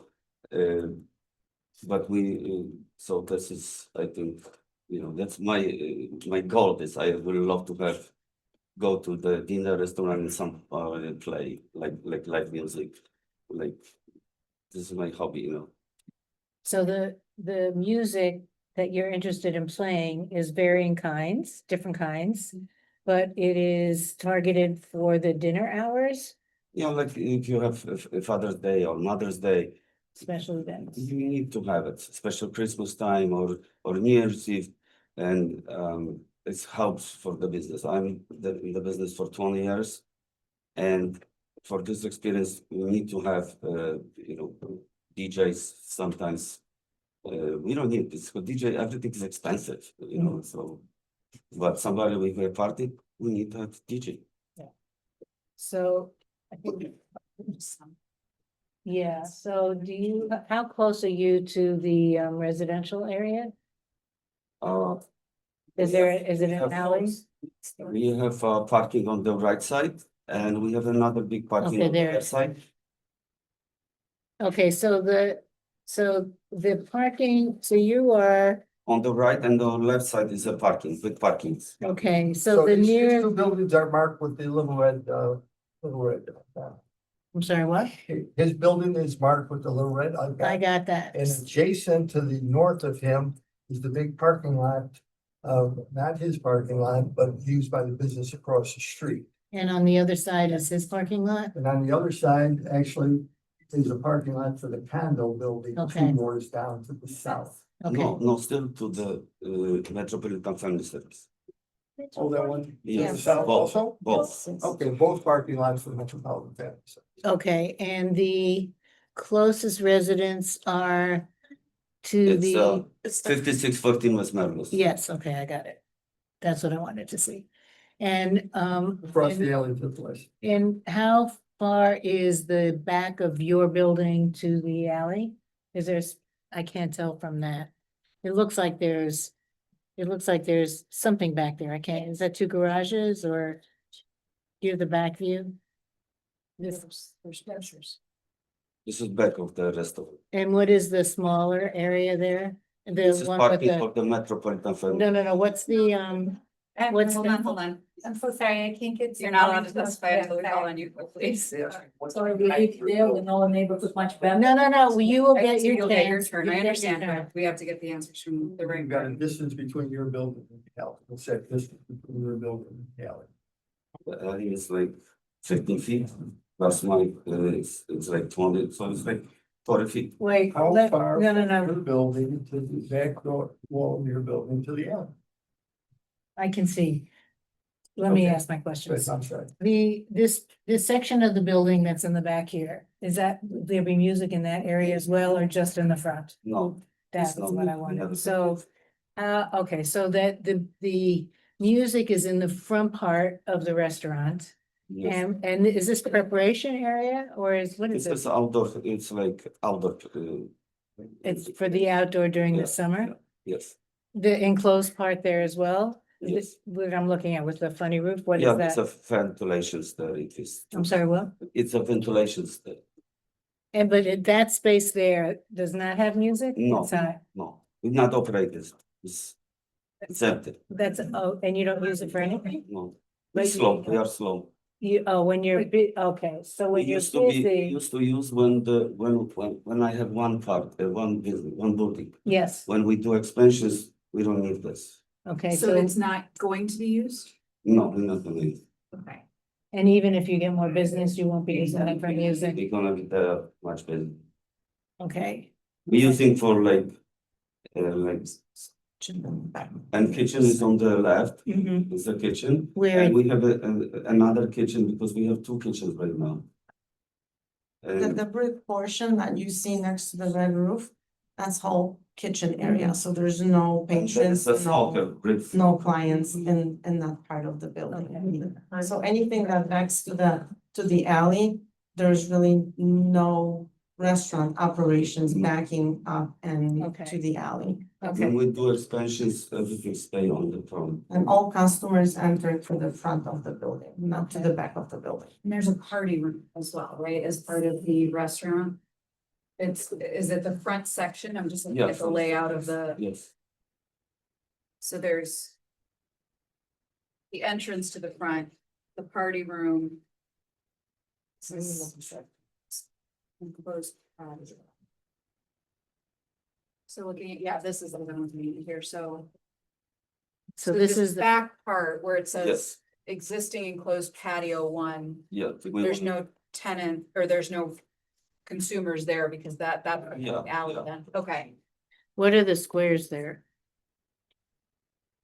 There are tables there, I mean, that's. Oh, there are shown on the- tables. So it's shown on the. So there are tables there, you're not using them now, but if you did use them, the music would not be back there, it would just be in the front area. Okay, that's what I. Okay, that's what I that was, wanted to know. yeah. Thank you. And so just to be clear, you're operating this currently as a restaurant with restricted hours, which start at 4 in the afternoon, and you serve dinner, and then later on you also stay open. Whereas I'm assuming food is available, but it's also a bar. Yes. And that you would like to have music that accompanies people when they're having dinner. Does that include a cover charge or is that just part of the dinner experience? I think, in my opinion, it's good to have like a little cover because you eliminate drunk people or some bad people. Always someone seems to be standing by the front to check IDs. It's my, you know, So you want to be able to check ID? yeah, check IDs, someone who. Okay, Because Belmont Central it's a lot of people, it's very busy area. okay, so after dinner, I'm assuming if you're gonna have music after dinner, then you are talking about a cover charge for people to come in for sure. Is that true? If the cover charge, it's not interrupted. No, I'm just trying to understand the operation. I'm not being Yeah. judgmental. It's hard to bring people and charge them. You're gonna lose the customers. Okay, but you also will do special events there? Yes, we would like to have. And those special events, you want to have music so you can have those special events. And what are the hours, what do you project, what do you expect those hours to be for the special events?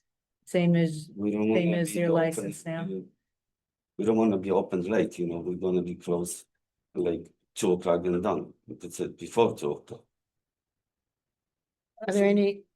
Everybody's asking questions of other people. Do you have any questions of them? Yeah, Before I go to, yeah. yeah, so I understand the positioning of the music will likely be closer to the front on the street side versus the alley, which abuts the residents. Is there at least some form of soundproofing or like volume control mechanisms that you have? Yes, in place? we have sound control and we have perfect sound, the music go to this way, not the speaker is connected to the bar. So no waitress or nobody can go higher because they cannot listen the customers. Okay. You know, so that's So why the speakers are directed to the interior of the, Interior. of the venue, outside. rather than. At the same time. Sorry, could you answer? that? Sure. Yeah. So the speakers, the way their speakers are laid out, they are laid out in the way that the sound goes to the interior of the building rather than outside of the building. So when the sound, it's not meant to bounce off the exterior walls and be directed So, towards the bar in exterior the middle, walls. so the speaker is around the bar. That's what we wanna do it, There's not additional speakers around the dance floor area? no. It's only around the bar. Okay. If there aren't any questions, we'll go to the interested parties. We've sworn you in, but can you, they're just the two of you, is that true? This is my children, so they are dealing in the neighborhood where. Okay, but you're here as the, Okay. okay, so can we do it one at a time, and would you state your name and address? Yes, my name is Lupita Tixi and I live 5614 West School, across the business of this person. And when you're showing the back of the alley, next to the alley, like within 50 feet, it's my neighbor, it's one house there, and across that house is my house. Under oath, I wanna say everything, all the truth, because the truth is in that backside, the owner has a billiard table. So people are playing billiard with music there, loud music. So yeah, that affects our neighborhood because it's really close to our houses. And like he said, at 2 a.m. they close the business. Yes, that's true.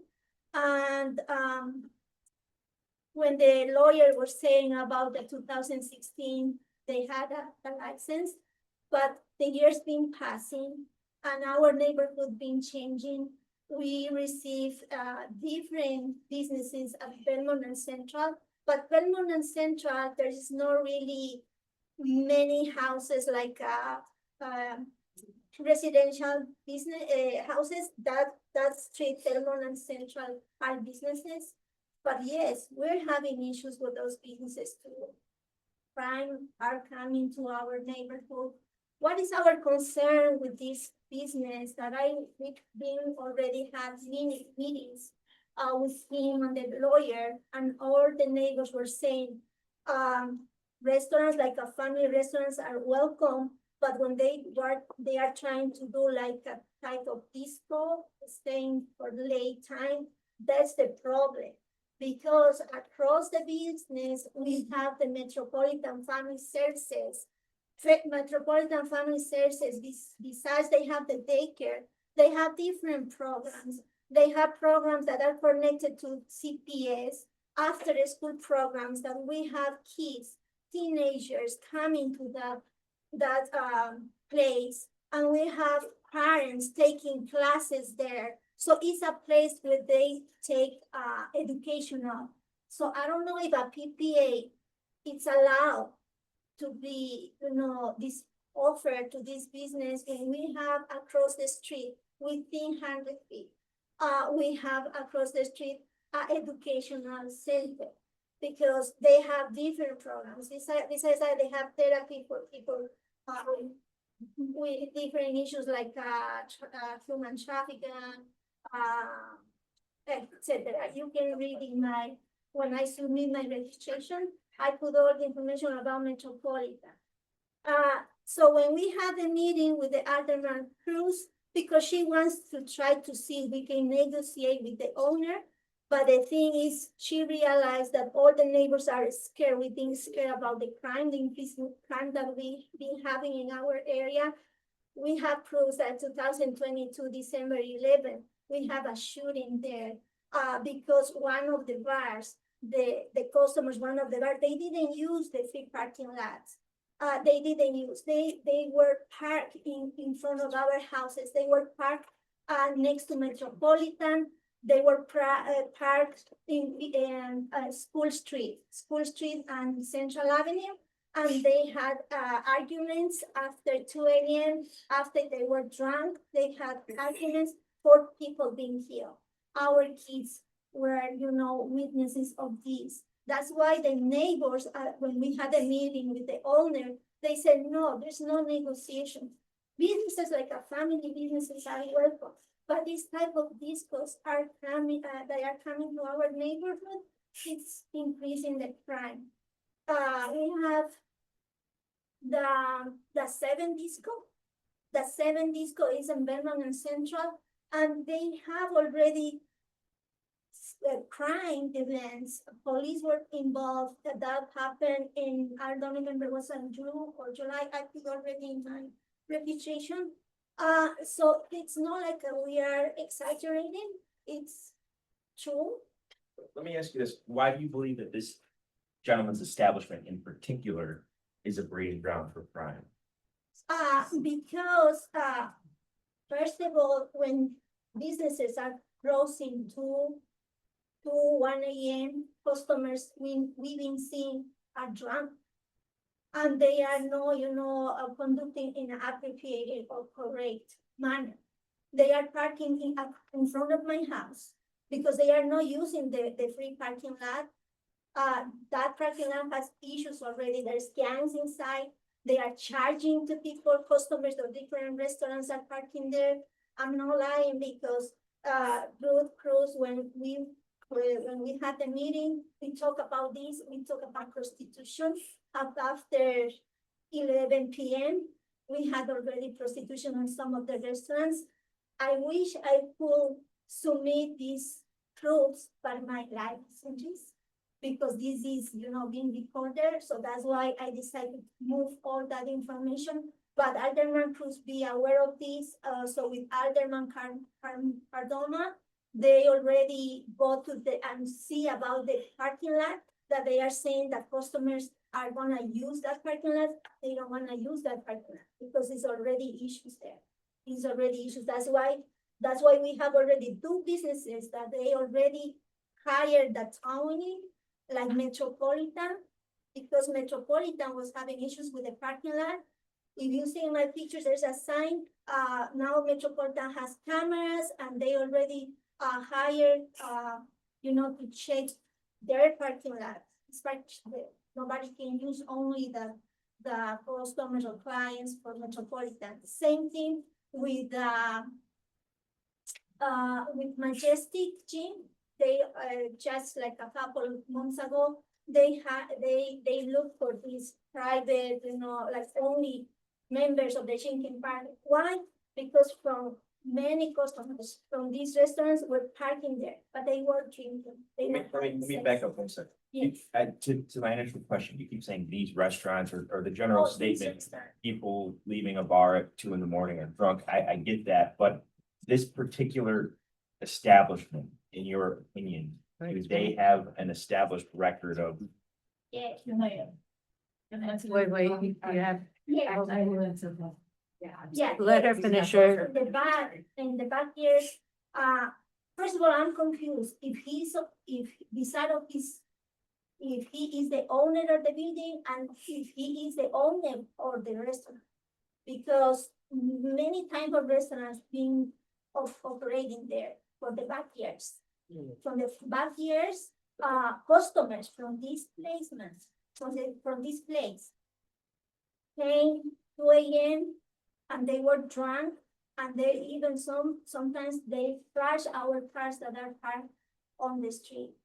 We talk about this with the owner, because like, for example, right now, I'm confused, like you're saying specific is restaurant, but I don't know now what type of restaurant is operating there. I don't know even the name, because before, when I received the notice from the city, says Casper, and then says Los Limones Restaurant, but now Los Limones Restaurant, the sign is not there anymore.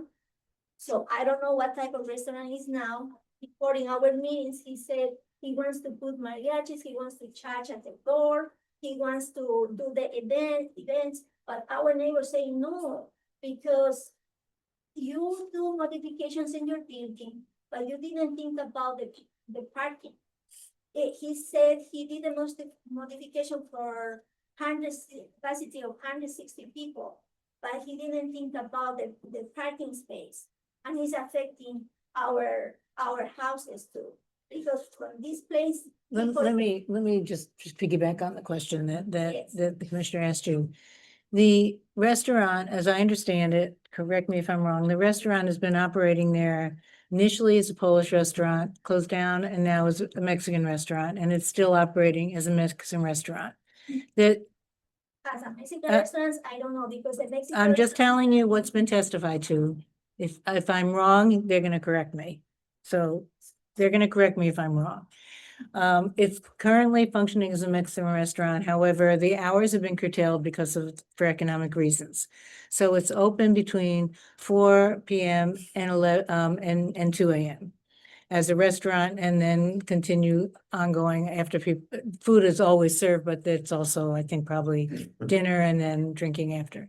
So what they're asking for is when they were originally as I understand it, when they were a Polish restaurant and they only had one storefront, they didn't need this license and they had music then.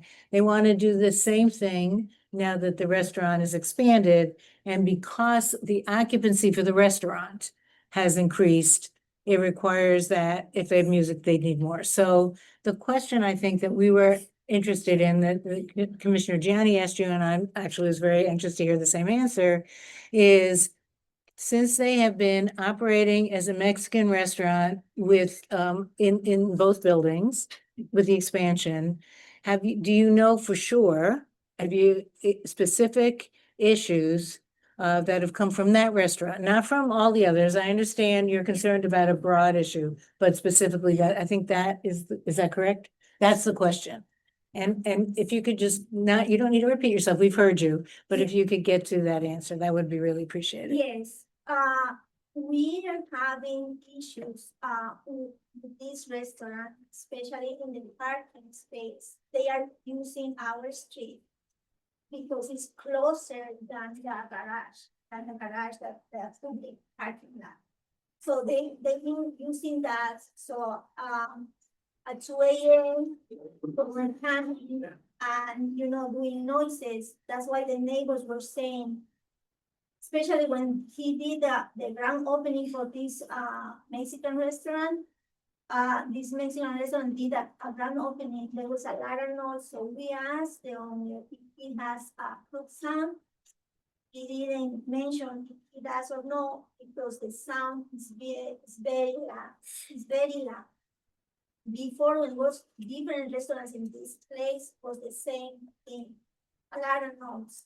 So sometimes it's open this place with what kind of restaurant, then it's closed, then it's open at another kind of restaurant. Right now, this Mexican restaurant, I think, is gone.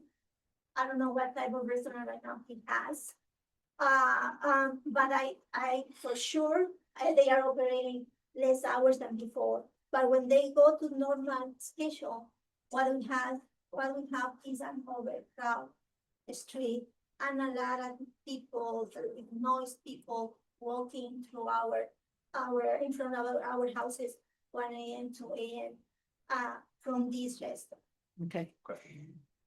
No. Go ahead. I was gonna go to the, no, we're gonna finish with the. I just want to make an no, objection. No, just, you get your chance to rebuttal. Okay. I just want to go to the objectors.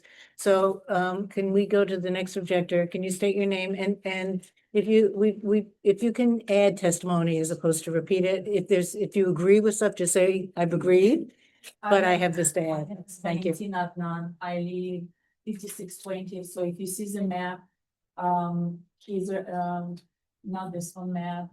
I see it. We Right have, here, so if you see the establishment and the school street, so 5614 is for Miss Lanzi and mine 5620. If you can see the alley they were showing, they're saying they don't use the back building.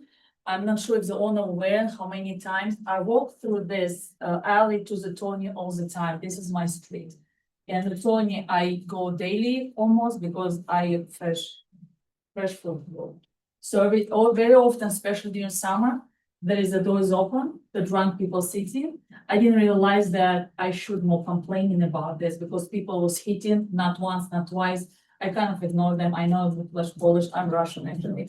So I have a lot of conversation in the back door. I feel very unsafe and I have now she's 24, I got 17 and another boy, we lived there 17 years. And as a mom, I always will be on a guard, and when establishment said I didn't know the time I would oppose every establishment. I will be always outside there, especially when the music loud.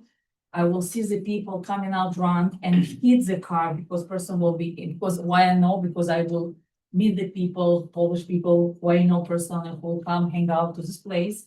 And I will see people getting out and will hit the cops and will leave and we'll try to call cops, but sometimes the summer is not the easy place to do. Regarding the parking lot, they always park on the school street because in order to park in the parking lot that you mentioned, you need to go opposite side. And the parking lot, that side, look, a lot of homeless live there because I walk a lot there.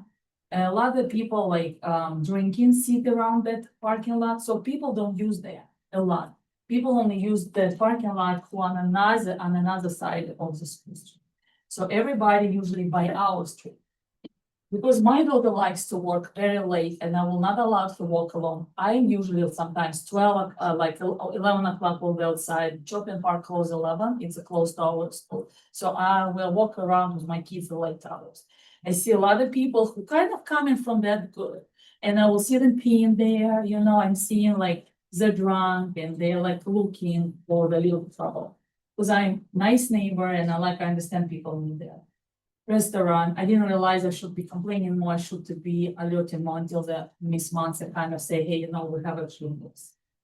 I know the neighbor's Polish neighbor who used to live close to me, he used to go there a lot of time and they were saying that how he will drunk and he walked drunk to the home. And I will say how they can let you drink more because you barely walk. So we have on our street a lot of break-in, we have a windows broke. And another reason, when we have Ramadan in my family, we always use late outside and only very little family. So I will see the people in the best times, like 16, 18, 19, when they will, well, especially in summer, it's a lot of live music, it will be loud and will be not the kind of place that I wanna like feel safe. So my fault, I was supposed to call more cops, my fault, I supposed to be my lord, that is true, now I figure out, yeah, I did. So in another, if he say he will close 2 o'clock, who will control us, that they will close 2 o'clock, who will control where these people are? Because I know he probably, the owner would like them to do right thing, but I know we live in Chicago, correct, but who will control what time people leave, how they leave, what they damage on the road? We would like to be business family restaurant, absolutely with the music. it's a questionable again, if it will be very weekend, it will have live DJ, will be singing, it's mean property, volume of my property will go down, because who wants to live with the such a loud establishment? And even if I tell the people who have live music, the people telling me, you will have a problem, so everybody kind of try to figure out what to do now. Should we run from there, or should we step out now? I hope you're getting anything, but the shooting as a Mansa mentioned, it was an intercession school and school in Central. We heard everything, they were afraid for our life, as you understand, and it was people who across the business, they will have a private party there. So the private party ended up with a Mercy car, because I think for people who should the live music and establishment, who will control security? Do you have to call cops every time? I mean, what's my option in this? That's where my answer. I am not opposing family restaurant. The music alive, as they say, the music going always stay inside. That's not true with here all the time. Summer more, of course, winter less. Any question? Any question? Your house fronts on Melrose? No, not school, 5620. You're on school. It's like 3 houses. My mom. 5620, 2014, it's Monson School Street and mine's 20. Yeah, we are within the 125 feet, that's why we received that. Yeah, But we received, I received notification regarding that, Yeah, I but linked the with the city- establishment that I Yes, have we everything. received I think everyone's talking about. Sorry. That's okay. one more thing, it's, again, the sound flow. Like I mentioned, we asked him if he has the sound flow, he didn't answer that, because some of the business, they have the sound flow, but you cannot be able, but from this business, specific from this business, you can feel the sound, that sound. That's all, Okay, from my house. yeah, for sure. Yeah. Okay, so you had a rebuttal? Well, I just have one question. So what are your security plans? Do you have security when there is an event? Is that the Yes. plan to have security? What is your relationship with CPD? Right now, we have every day security. Every day. We have to. We have every day security. What does that look like? One person, two people? It's a professional company. They have all licenses. They send everything, a different person with the gun, with the, with the licenses, with the jacket, like police department. He's got a police sign, so he's probably they work for the police. And this is the whole time you're open or just in the evening? They coming at 8 p.m. Until you close? Yes. What about the complaints about there being individuals in the back alley? If that space is closed, Not so. you're saying Are that that's not. Not so. They're not your Hook up patrons? next time. I'm sorry, that will be start falling off. Because that's Yeah, not safe, you should. and I'm not lying. I also would like to say that I lived. Wait, That I lived above the restaurant last year. And I didn't have a designated parking spot, so I parked on School Street all the time, and there is plenty of parking there. And I never felt unsafe walking back to the restaurant. And I also, for a period of time, helped with running the restaurant, and I was bringing supplies in late in the evening, and I never had any problems. Of course, it's Chicago and it's a mixed neighborhood, so there's always a sense of security that you need to be vigilant about, because there are people walking through the alley. But there are no patrons allowed to go through the restaurant to the back door, and everyone goes in and out the front. And most patrons all prefer to park on Central because it's a wide made street, so everybody who comes to the restaurant, there's plenty of parking on Central Avenue. So everyone typically parks on Central on either side. So, did you have a rebuttal? Thank you, Madam Chairman. I just a couple of nitpicky points here. I would object to, they mentioned that shooting, that shooting in 2022. I would certainly object to that, and not only was it 3 years ago, it had absolutely nothing to do with this location. It was at another location that was completely unrelated. Nothing about it really related to him. And unfortunately, the city of Chicago, you got some crime in the city, but that was not related to him. She also mentioned some other locations, some disco at the corner of Belmont, that, again, not related to him. This is the only establishment that he's got an interest in, and none of those other incidents happened at his place. And I don't know about them because obviously, I'm not aware, but I just, of course, they're not relevant to this application because it didn't happen at his place, which has been open for 20 years, and he still got the restaurant and a liquor license, okay?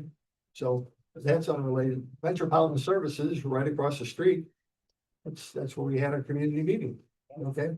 They're well aware of the case pending, well aware that he's applying for the PPA license. He knows the people at Metropolitan. They've not expressed any complaints to us, and we've not heard from them, so they're a sophisticated group. If there's a problem, they'd have an opportunity to speak for themselves, And if they ever have a problem with the place, he's always open to talking with them. With respect to the city of Chicago parking lot, we're with the people. We're joined with the people, and we're happy to do whatever we could do to encourage the city to perhaps police supervise it better. Because this is a city designated special service area, there's an extra tax that's imposed, and here the tax is earmarked to maintain that lot. So we would join with them to talk to the alderman, the city, whoever is responsible, the SSA commissioners, to see if we could get a little more supervision over there. Because the nicer it is, the easier it is for people to park there. He's got a sign in the window telling his people to park there. Let me just, Yeah. so you own that property Yes, and it's part of the SSA? Special Service Area? yes, Are you, yeah. but you're, no, no, we pay for the but taxes. if he's part of the Special Service Yes. area and he's paying extra tax than he into it. Yeah, and if you look at the Central Street right now, there is no, the whole street on the left and right side is empty. Even the street parking after 9. Yeah. Yeah, from the map, you can see Because actually, the whole is empty. his business is the only business on that short block of, so there is plenty of street parking. I just wanted to object for the record, and Matthew, as long as you're testifying, before the case was filed, did you get any complaints from neighbors? Never, Is there a condominium building on Central 2 doors down from your business? yes, it's convenience, Any of those condo people ever complain of you? never, Okay. In the 20 years that you've operated your business, did you ever have police problems at your location? never, I have no. Okay, so just to put in perspective, we can't speak for the area or the city, but he's got this under control and he's happy to. All right, so we are going to. And if I could- Do you have something new? Because otherwise we're done. We finished He said the. he doesn't have complaint with No. the neighbors, but he has complaint. Okay, fine. He was rebutting what you said. You said that earlier. We have the information. We're gonna, what? And I was just gonna say, but I would just offer that, if called to testify, Mr. Ryan could well in that this particular PPA would not be detrimental to the public welfare or injurious to other. Of course, it will. We got that. We got that. You in got the that? Okay. application. Just want to get. it- Okay, we're gonna take this under advisement. Thank you all for coming and we are going to, I am going to entertain I am going to make a motion that we adjourn to move to closed session. Can I make one more Commissioners- remark? No. No. Commissioner Soto, seconds, Commissioner Janney, Commissioner Hobbs. Yes. Commissioner Saley, Commissioner Soto, I vote yes, we are in closed session. So if they need a question, like it's, as you say, so problem was, the problem will require them, if we will just start to put off. And I'm sending it. Why don't you advise?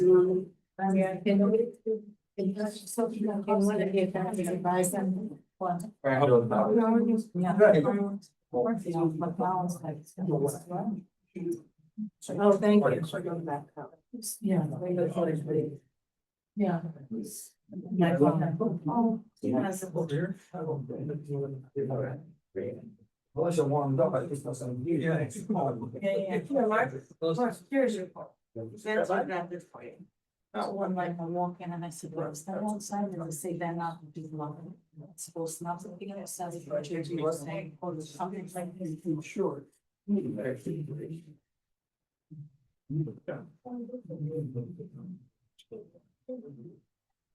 Yeah, they're gonna vote, they're gonna discuss it, there were two cases they need to discuss, and then they're going to, and then once, then they're gonna come back up.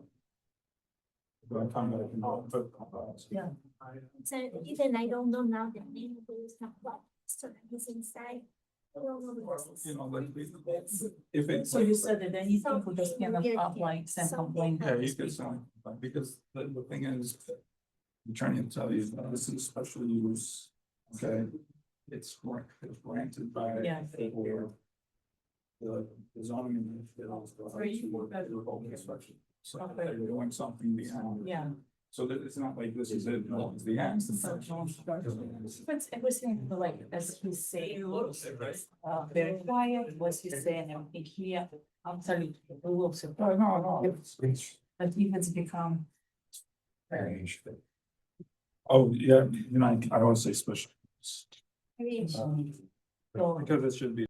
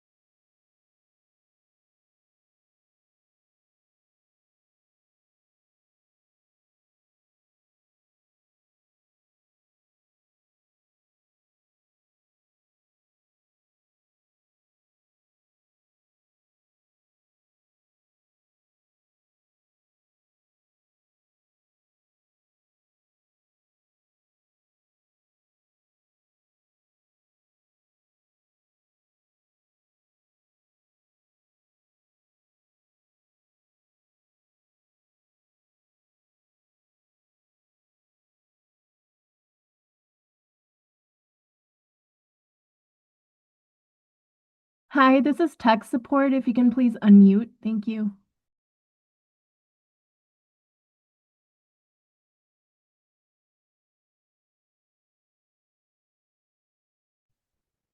We hadn't started yet, but we're back.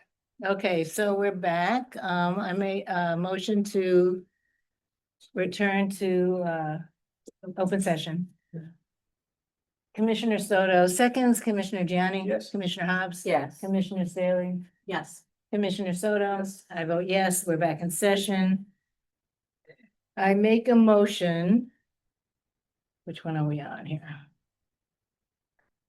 Here we go. Make a motion to approve 1326 West George matter 17825S, 17925Z, and 18025Z with the recommendation on the special use from the Department of Planning be amended to remove recommendation to B, to C, and to D, but to add a requirement by the board that, by the zoning board of appeals, that signage or signal or a sensor, or both, be installed at the edge of the parking area where it abuts the sidewalk in order to ensure notification of any pedestrians of the pending what's the word? Reversal into the street by a vehicle. Okay. Commissioner Soto seconds, Commissioner Gianni, Yes. Commissioner Hobbs. No. Commissioner Staley. Yes. Commissioner Soto. Yes. I vote yes, the matter is passed with those caveats. Okay. I move to approve 235-25Z. Commissioner Soto seconds, Commissioner Gianni. Yes. Commissioner Hobbs. Yes. Commissioner Staley. Yes. Commissioner Soto. Yes. I vote yes, the matter is approved. Okay, I move to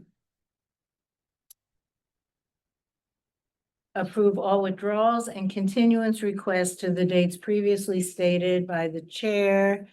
Commissioner Soto seconds, Commissioner Gianni. Yes. Commissioner Hobbs. Yes. Commissioner Staley. Yes. Commissioner Soto. Yes. I vote yes, withdrawals and continuances are approved. I move to approve the written decisions containing findings of fact consistent with the votes of the board for the November 21st, 2025 meeting. Commissioner Soto seconds, Commissioner Gianni. Yes. Commissioner Hobbs. Yes. Commissioner Staley. Yes. Commissioner Soto. Yes. I vote yes, the motion is approved. I move to adjourn the meeting. Commissioner Soto seconds, Commissioner Gianni. Yes. Commissioner Hobbs. Commissioner Staley. Yes. Commissioner Soto. Yes. I vote yes, we are adjourned. Happy holidays, everyone. Yes. Happy holidays. And I have to sign these. Happy holidays. Yeah, if you want, or I could just have it I'm gonna try. my initials, BR for each. Gotta relax. You going anywhere? Those we never. Yeah, I can actually go. I have that sent out. Yeah, What- what is it? get some sun. Does it say your name? Yeah.